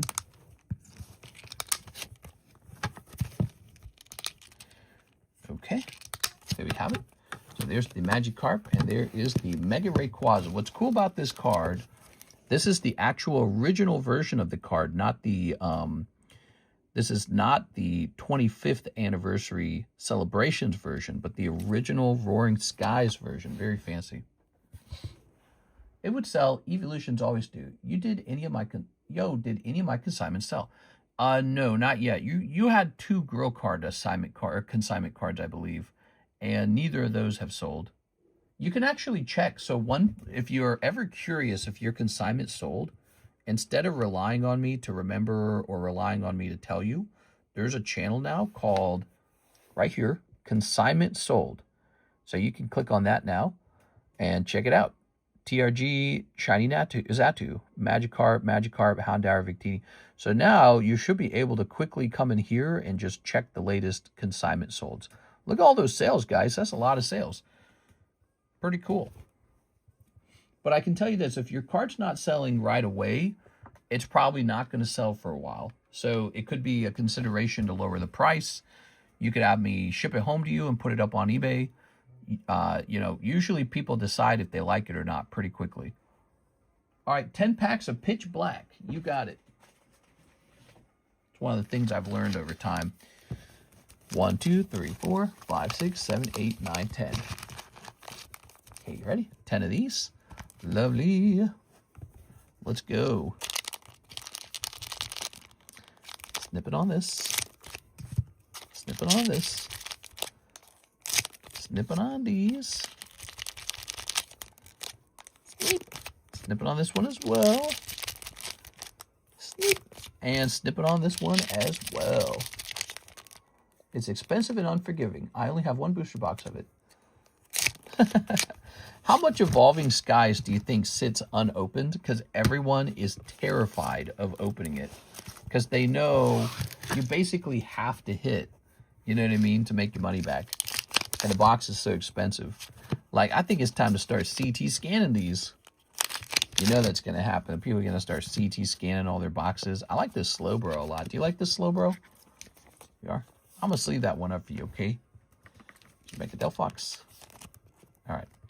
There's probably going to be a ton of those Slowbros, ultimately.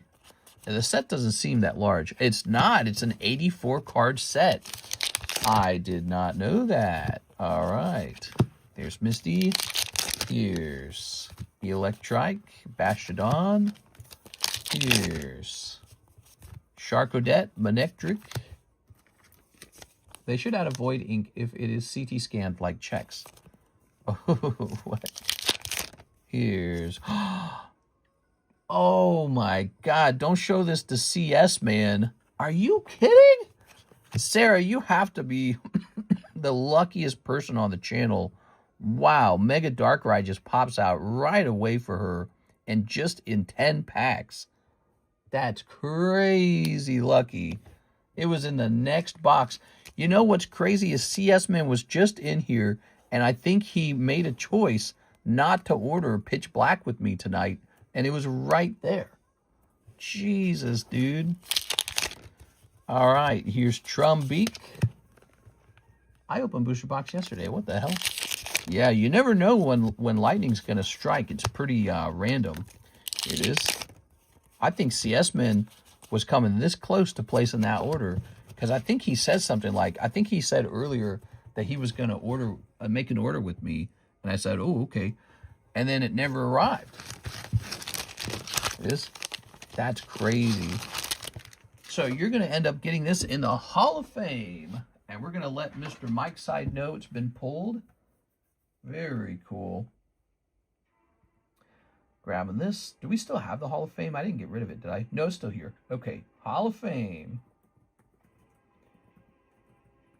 Sarah Dusenberry.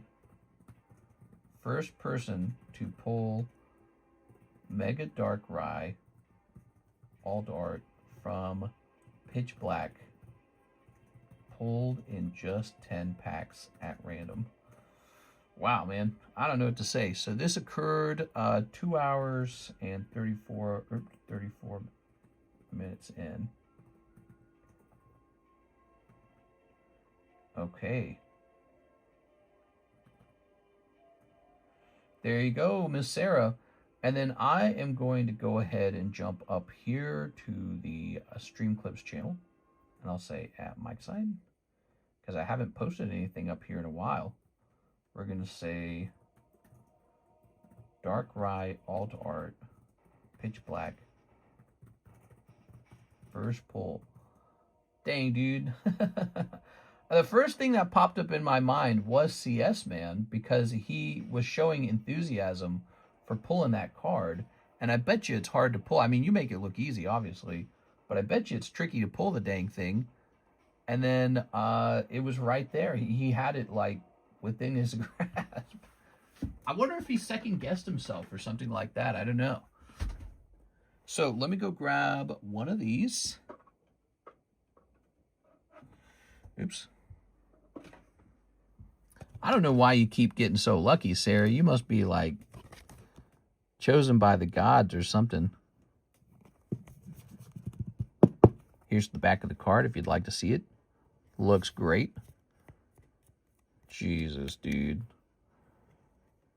Looks nice and clean. My God, bro. All right, let the Sarah streak continue. That was all of them, so let's see. What do we do with you now? What do we do with you? I think the Mega Darkrai should go up here into your box. That's what I think should happen. First of all, let me remove some of these hollows from your...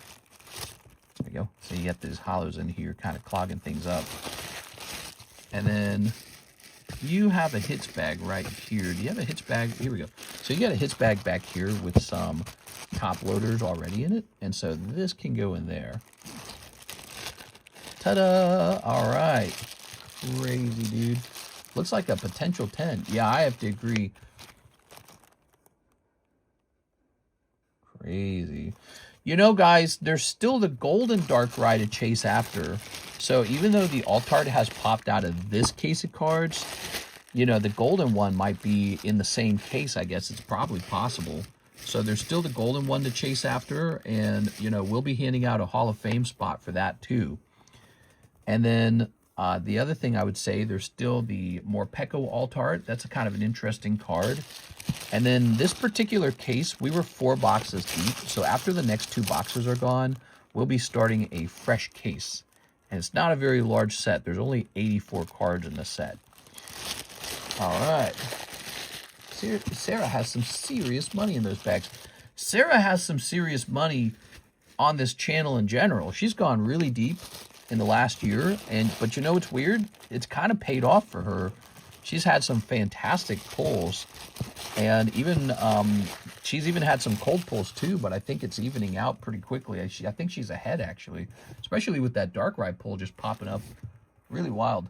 Oh, I see. This fits in here. Is that right? This goes in here. Okay. Ooh-wee. Ooh, mama. You know, this was a slow stream, too. That's another funny thing.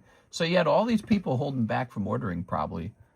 Maybe they're going, oh, I don't want to buy those pitch blacks. And it's like, well, you know, this is a completely fresh case where no one's ever pulled the Darkrai from it. And those are just some concepts to think about, some strategies to think about, you know, when it comes to pulling cards. You know, we have other sets like that, I think. Union Arena Chainsaw Man, that's one, for example. You know, I would probably say the Weiss Schwartz Brown Dust. We pulled one signature out, but it's just one signature, and it was a standard signature. Yeah. So sometimes when you're buying cards off of a channel like this, a rip and ship channel, you're actually able to sort of get dibs on those early boxes, and they might give you a slight edge on average, you know. So that's what's interesting about rip and ship channels. You do kind of have a sort of like a peek into the searching of the case. Everyone is saving for the 30th anniversary. Yeah, when does that come out again? Let me look that up. That's in September, isn't it? 30th anniversary Pokemon release date. September. So that'll be in a little over a month and a half.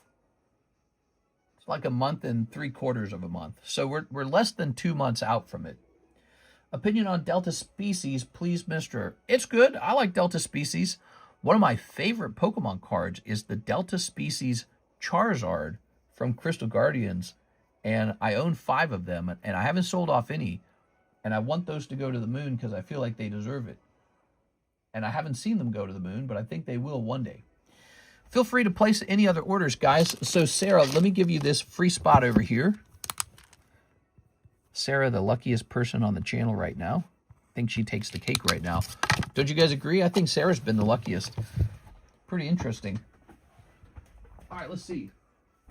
Where would I have kept these Charizards, huh?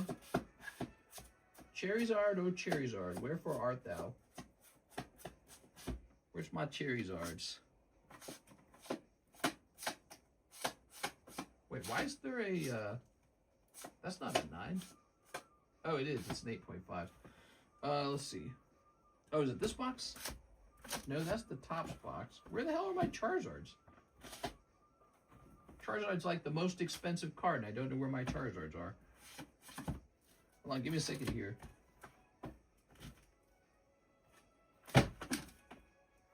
That's Shining Kabutops. Is this it? Ah, I think I found it. Okay, I found it. Now, where are they? Here they are. All right, found it, guys. I got so many slabs that it takes a while to find them sometimes. That video I made, too, is kind of doing well so far. It is. That's my pride and joy right there, guys. Crystal Guardians Charizard. Now, I'm only showing you 4 of them because the 5th one is in the vault, which is kind of sad. I like having 5 on the table.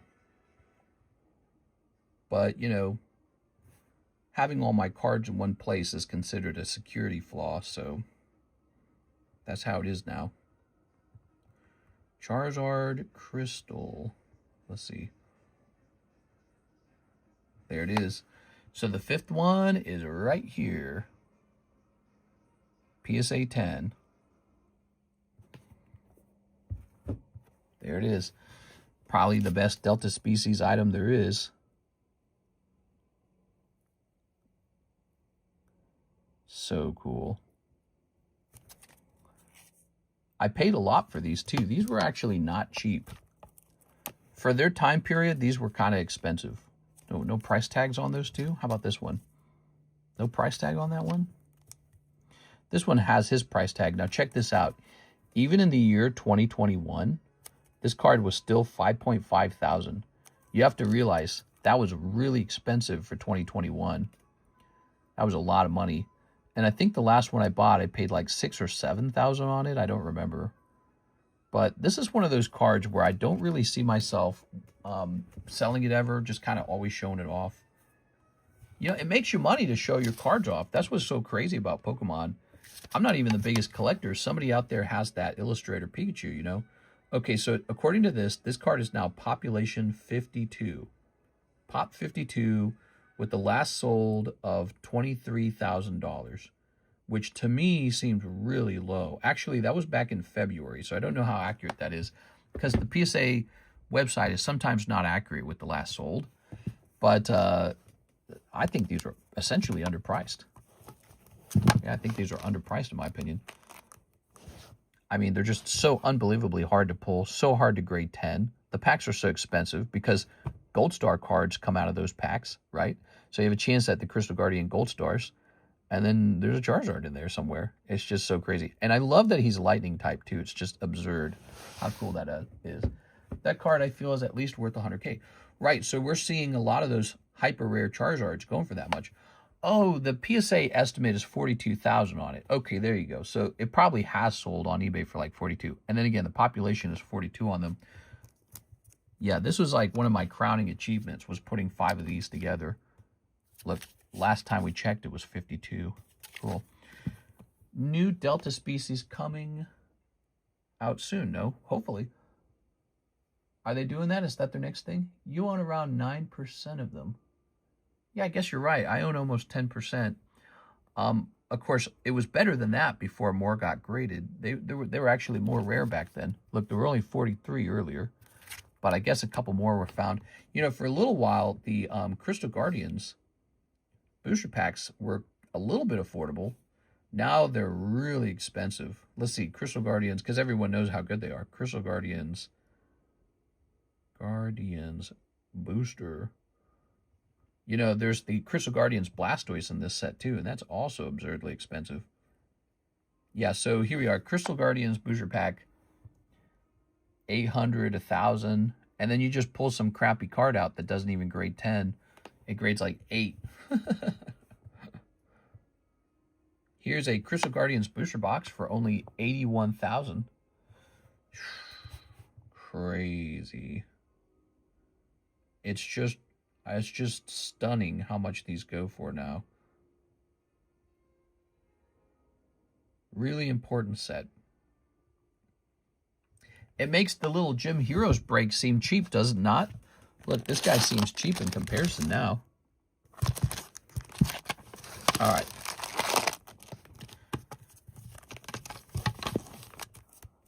Delta Rain. Let's say these are 40,000, by the way. That would mean these 4 right here add up to 160 if they all sold for that much, which perhaps they wouldn't if I tried to sell so much. But there's some deep pocket buyers out there these days. I've been receiving crazy offers on the Dialga Palkia Lugia cards from the plasma sets. People want those cards really bad. Every time I show them off, I receive multiple offers. And this time I received an absurd offer for the Lugia of 130, and then I just turned it down. And then after that, I received a guy who offered 80, which, I mean, that's really absurdly high too. But I told him, I was like, I already received a higher offer. And then another guy offered 40. And I was like, this is the lowest one yet.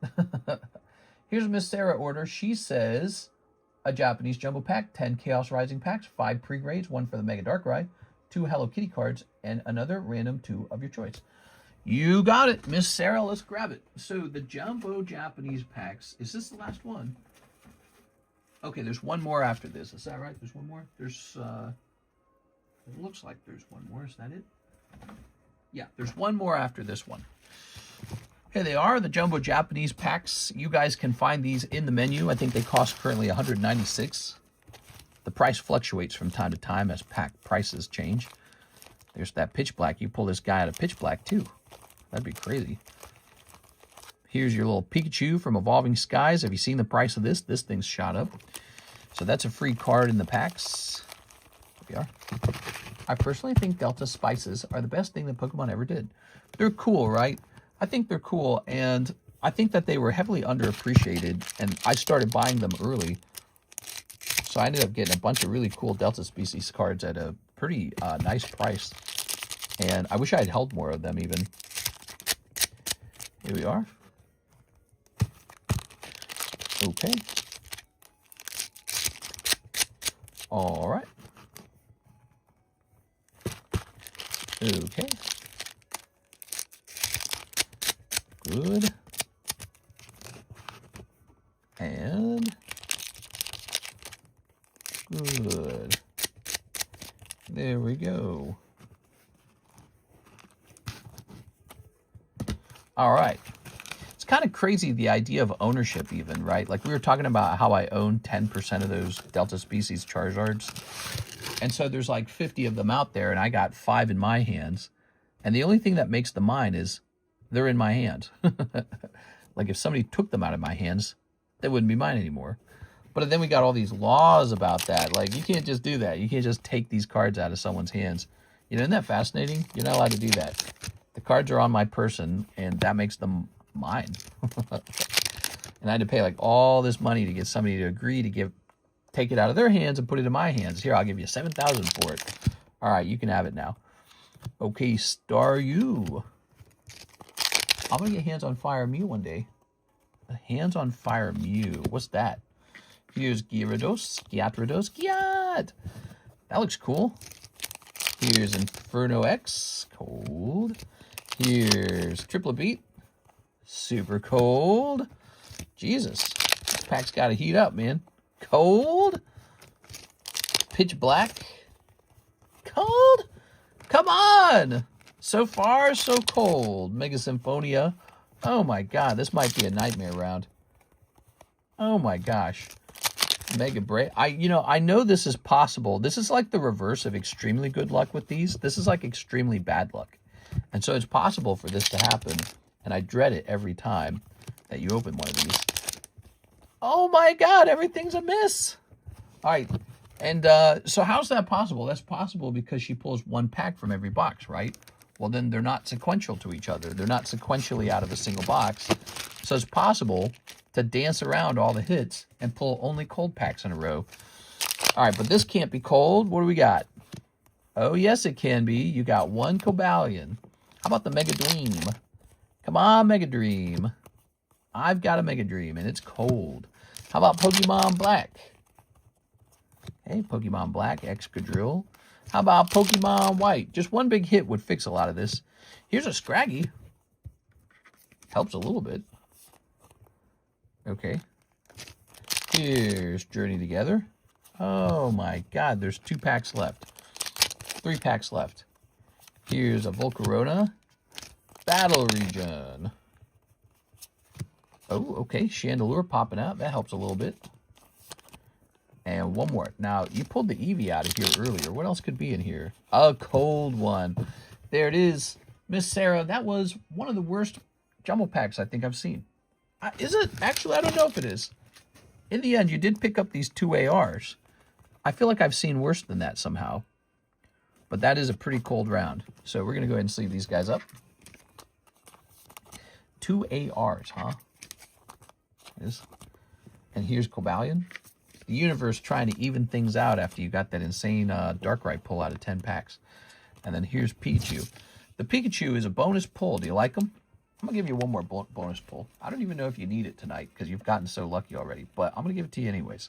So you're going to get this little hammer wrench guy. All right. So that's going to be part of that. So there you have it. You got some holos. And then Pikachu, Chandelure, Scraggy, Gyarados. Wow. Rough. All right. Set this here. Now, you said 10 Chaos Rising packs. Let's go grab those. Chaos Rising. We are going through these faster than I realized. 1, 2, 3, 4, 5, 6, 7, 8, 9, 10. We have sold more Chaos Rising packs than I realized. Ready? All right, let's see what we got.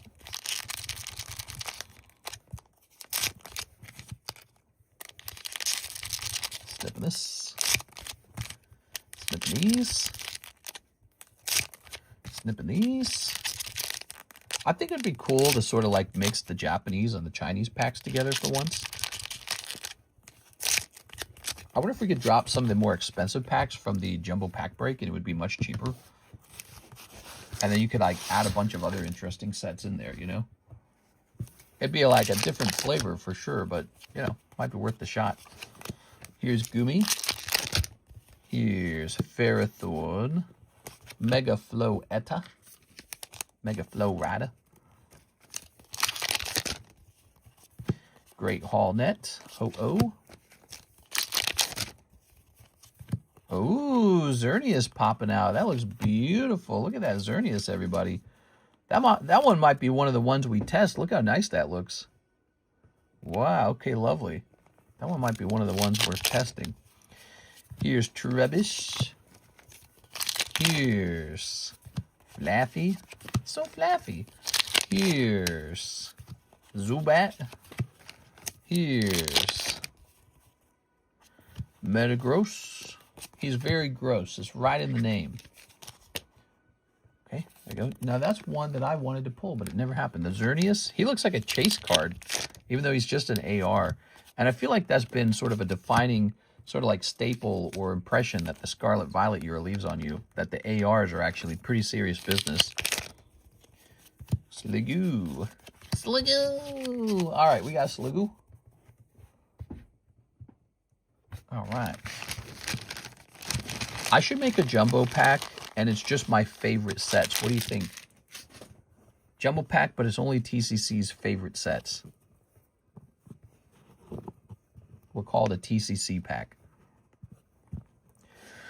So I think the Xerneas gets tested. That's going to be one of the things we test.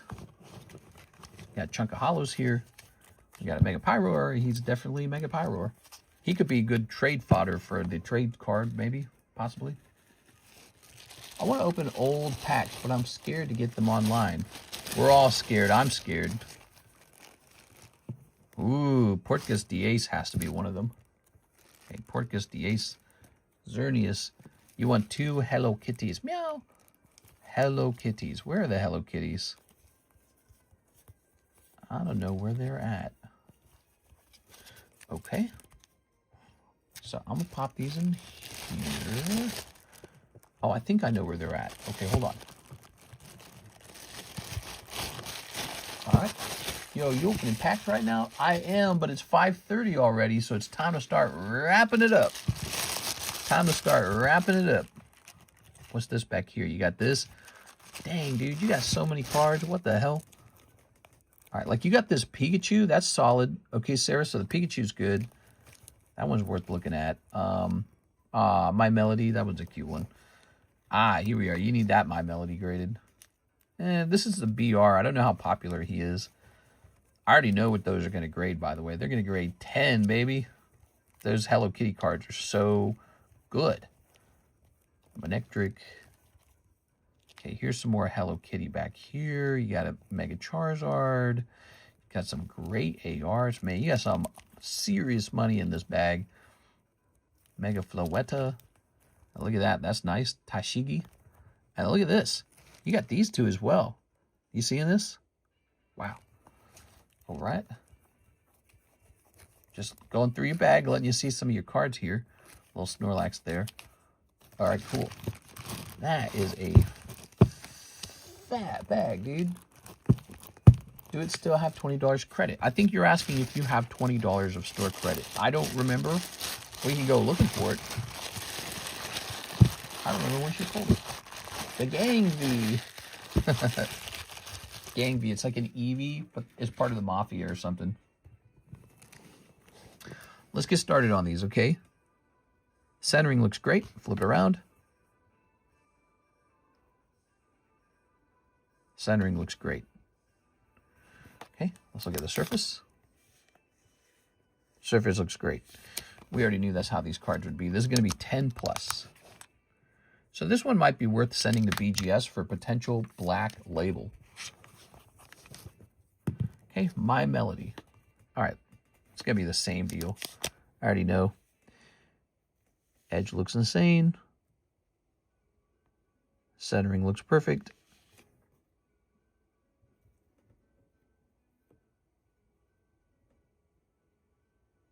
Flipping it around. Yep, just looks really good. This one gets a 10 plus too. Now, I cannot guarantee that these get a pristine, okay? I just can't. But I'm telling you, it looks very good. So those are both 10 plus, which is pretty common for the Hello Kitty cards, by the way. Cernius. This could go wrong really fast. Let's flip it around. Oh, looking great. Looking great. Ooh, not perfect, though. Okay. So we noticed the two streaks running through. You see the streaks? Streak number 1 runs here, and streak number 2 runs here. I don't quite understand how PSA deals with the streaks. They're caused by the roller. I would not bet on a pristine 10 on this at all.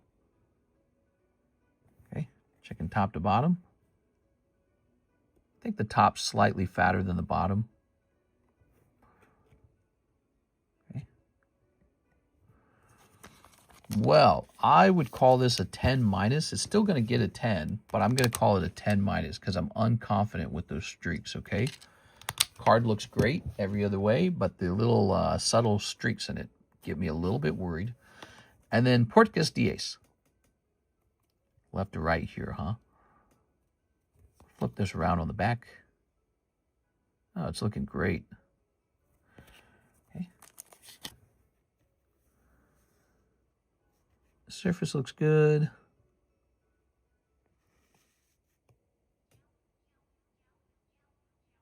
I never understand the centering on these cards because, you know, this silver border here is thick here and then it's thin down here. So do we compare this point right here, this left to right, or do we compare this left to right? I always get confused by that. I don't know how they do it. But like if we compare these 2 points, they look pretty good. If we compare these 2 points, this side's a little bit thin. I don't think you count that right there. I think you count here and here. So I like the way it looks. Some fuzz on it. I don't want to try and remove the fuzz for you. I'm scared to remove anything. But like this corner right here has some fuzz. We don't want to create like a white dot, but I don't think we would. These are fibers left over from after the cutting, so it would be nice to be able to remove those, but I don't know if they count that against you. I think I'm going to give this card a plain 10, not a plus, not a minus. I think it looks really nice, and I think it's probably going to get a 10. So far, so good. All 10s, Sarah.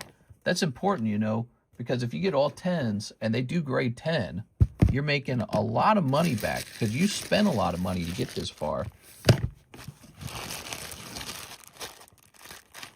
So it's good to break even, you know. It's good to break even. It's good to, especially if you can go positive, that's really hard to do. All right, hold your breath for the Darkrai. So the first thing I noticed was this guy down here. Let's find out what that is. Is it dust or is it the card? Ready? Oh, you are so lucky. That was dust. All right. I think it was a fiber that was still on the card. Okay, but you know what? Look at that. It's still not perfect down there. It looks almost like a bump there. So the card definitely has some kind of issue there. It's subtle, though. Let's get that zoom. All right, so if we're looking carefully at this, I don't know about that. See that?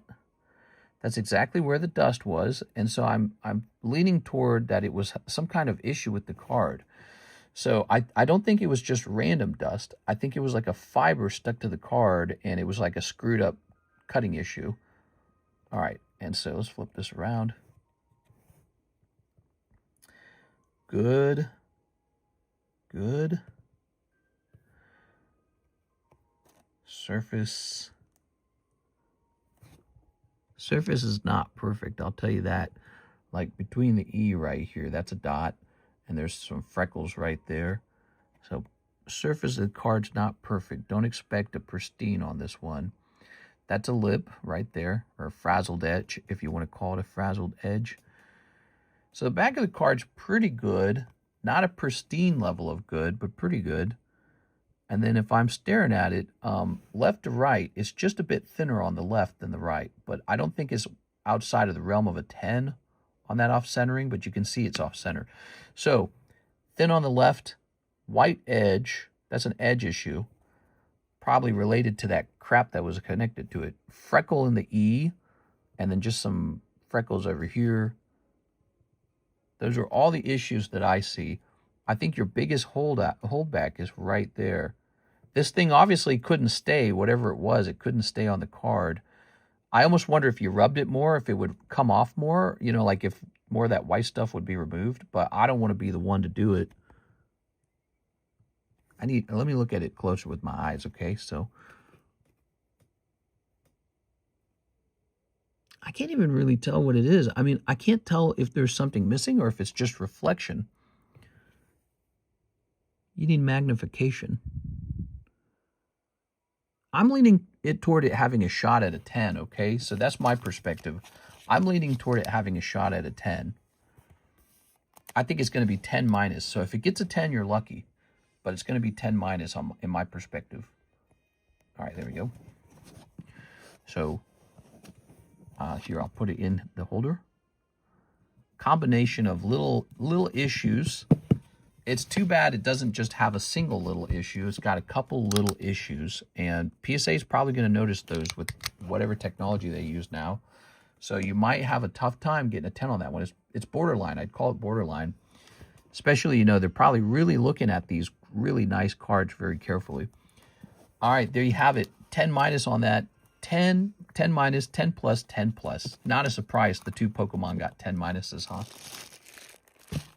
All right. We're out of time. It's 5:43. I gotta go. Guys. Come on, Charmeleon, don't do that. Fall forward for us. There it goes. All right. I hope that helps. Remember, you can actually clip this moment in the stream for yourself. Get the timestamp. 3 hours, 4 minutes. And you can rewatch my assessment in slow-mo if you wish. And that's what you're paying for when you get one of those pre-grades. All right. Here's Zachary Standing. Destined Rivals. Mr. Zach. All right, Zach. Destined Rivals. Maybe this will be the Mewtwo. Oh, that's Phantasmal Flames. Hold on, wait. We just had a great card come out. Yes. Thanks, mister. Thank you, Miss Sarah. You made tonight good, you know. You and Mr. Ki-Hyun Rowe and Miss Christine made tonight much more busy. It started out super slow. I'm not going to lie. We didn't have really many orders at all at the beginning. We were just kind of twiddling our thumbs. But, of course, technically I do have a lot to do. I got to get all these cards pictured, all these slabs rotated. And I actually didn't get anything listed to eBay today, which... you know, these other streams, I'm managing to get that done. So I didn't get that. I didn't get the eBay listing out, I guess. I'm trying to list one item on eBay per day. And it's supposed to be whatever I think is going to sell the slowest. So whatever needs a broader market to sell. It's going to be on and off mostly during hosting. Work issue. Sorry to hear that. You know, my wife has a software engineering job, and she gets a really hectic schedule where it's like, she's almost like a doctor. Like, they buzz her and they say, we need you now. It's an emergency. Payout incoming. Your eBay listing sold.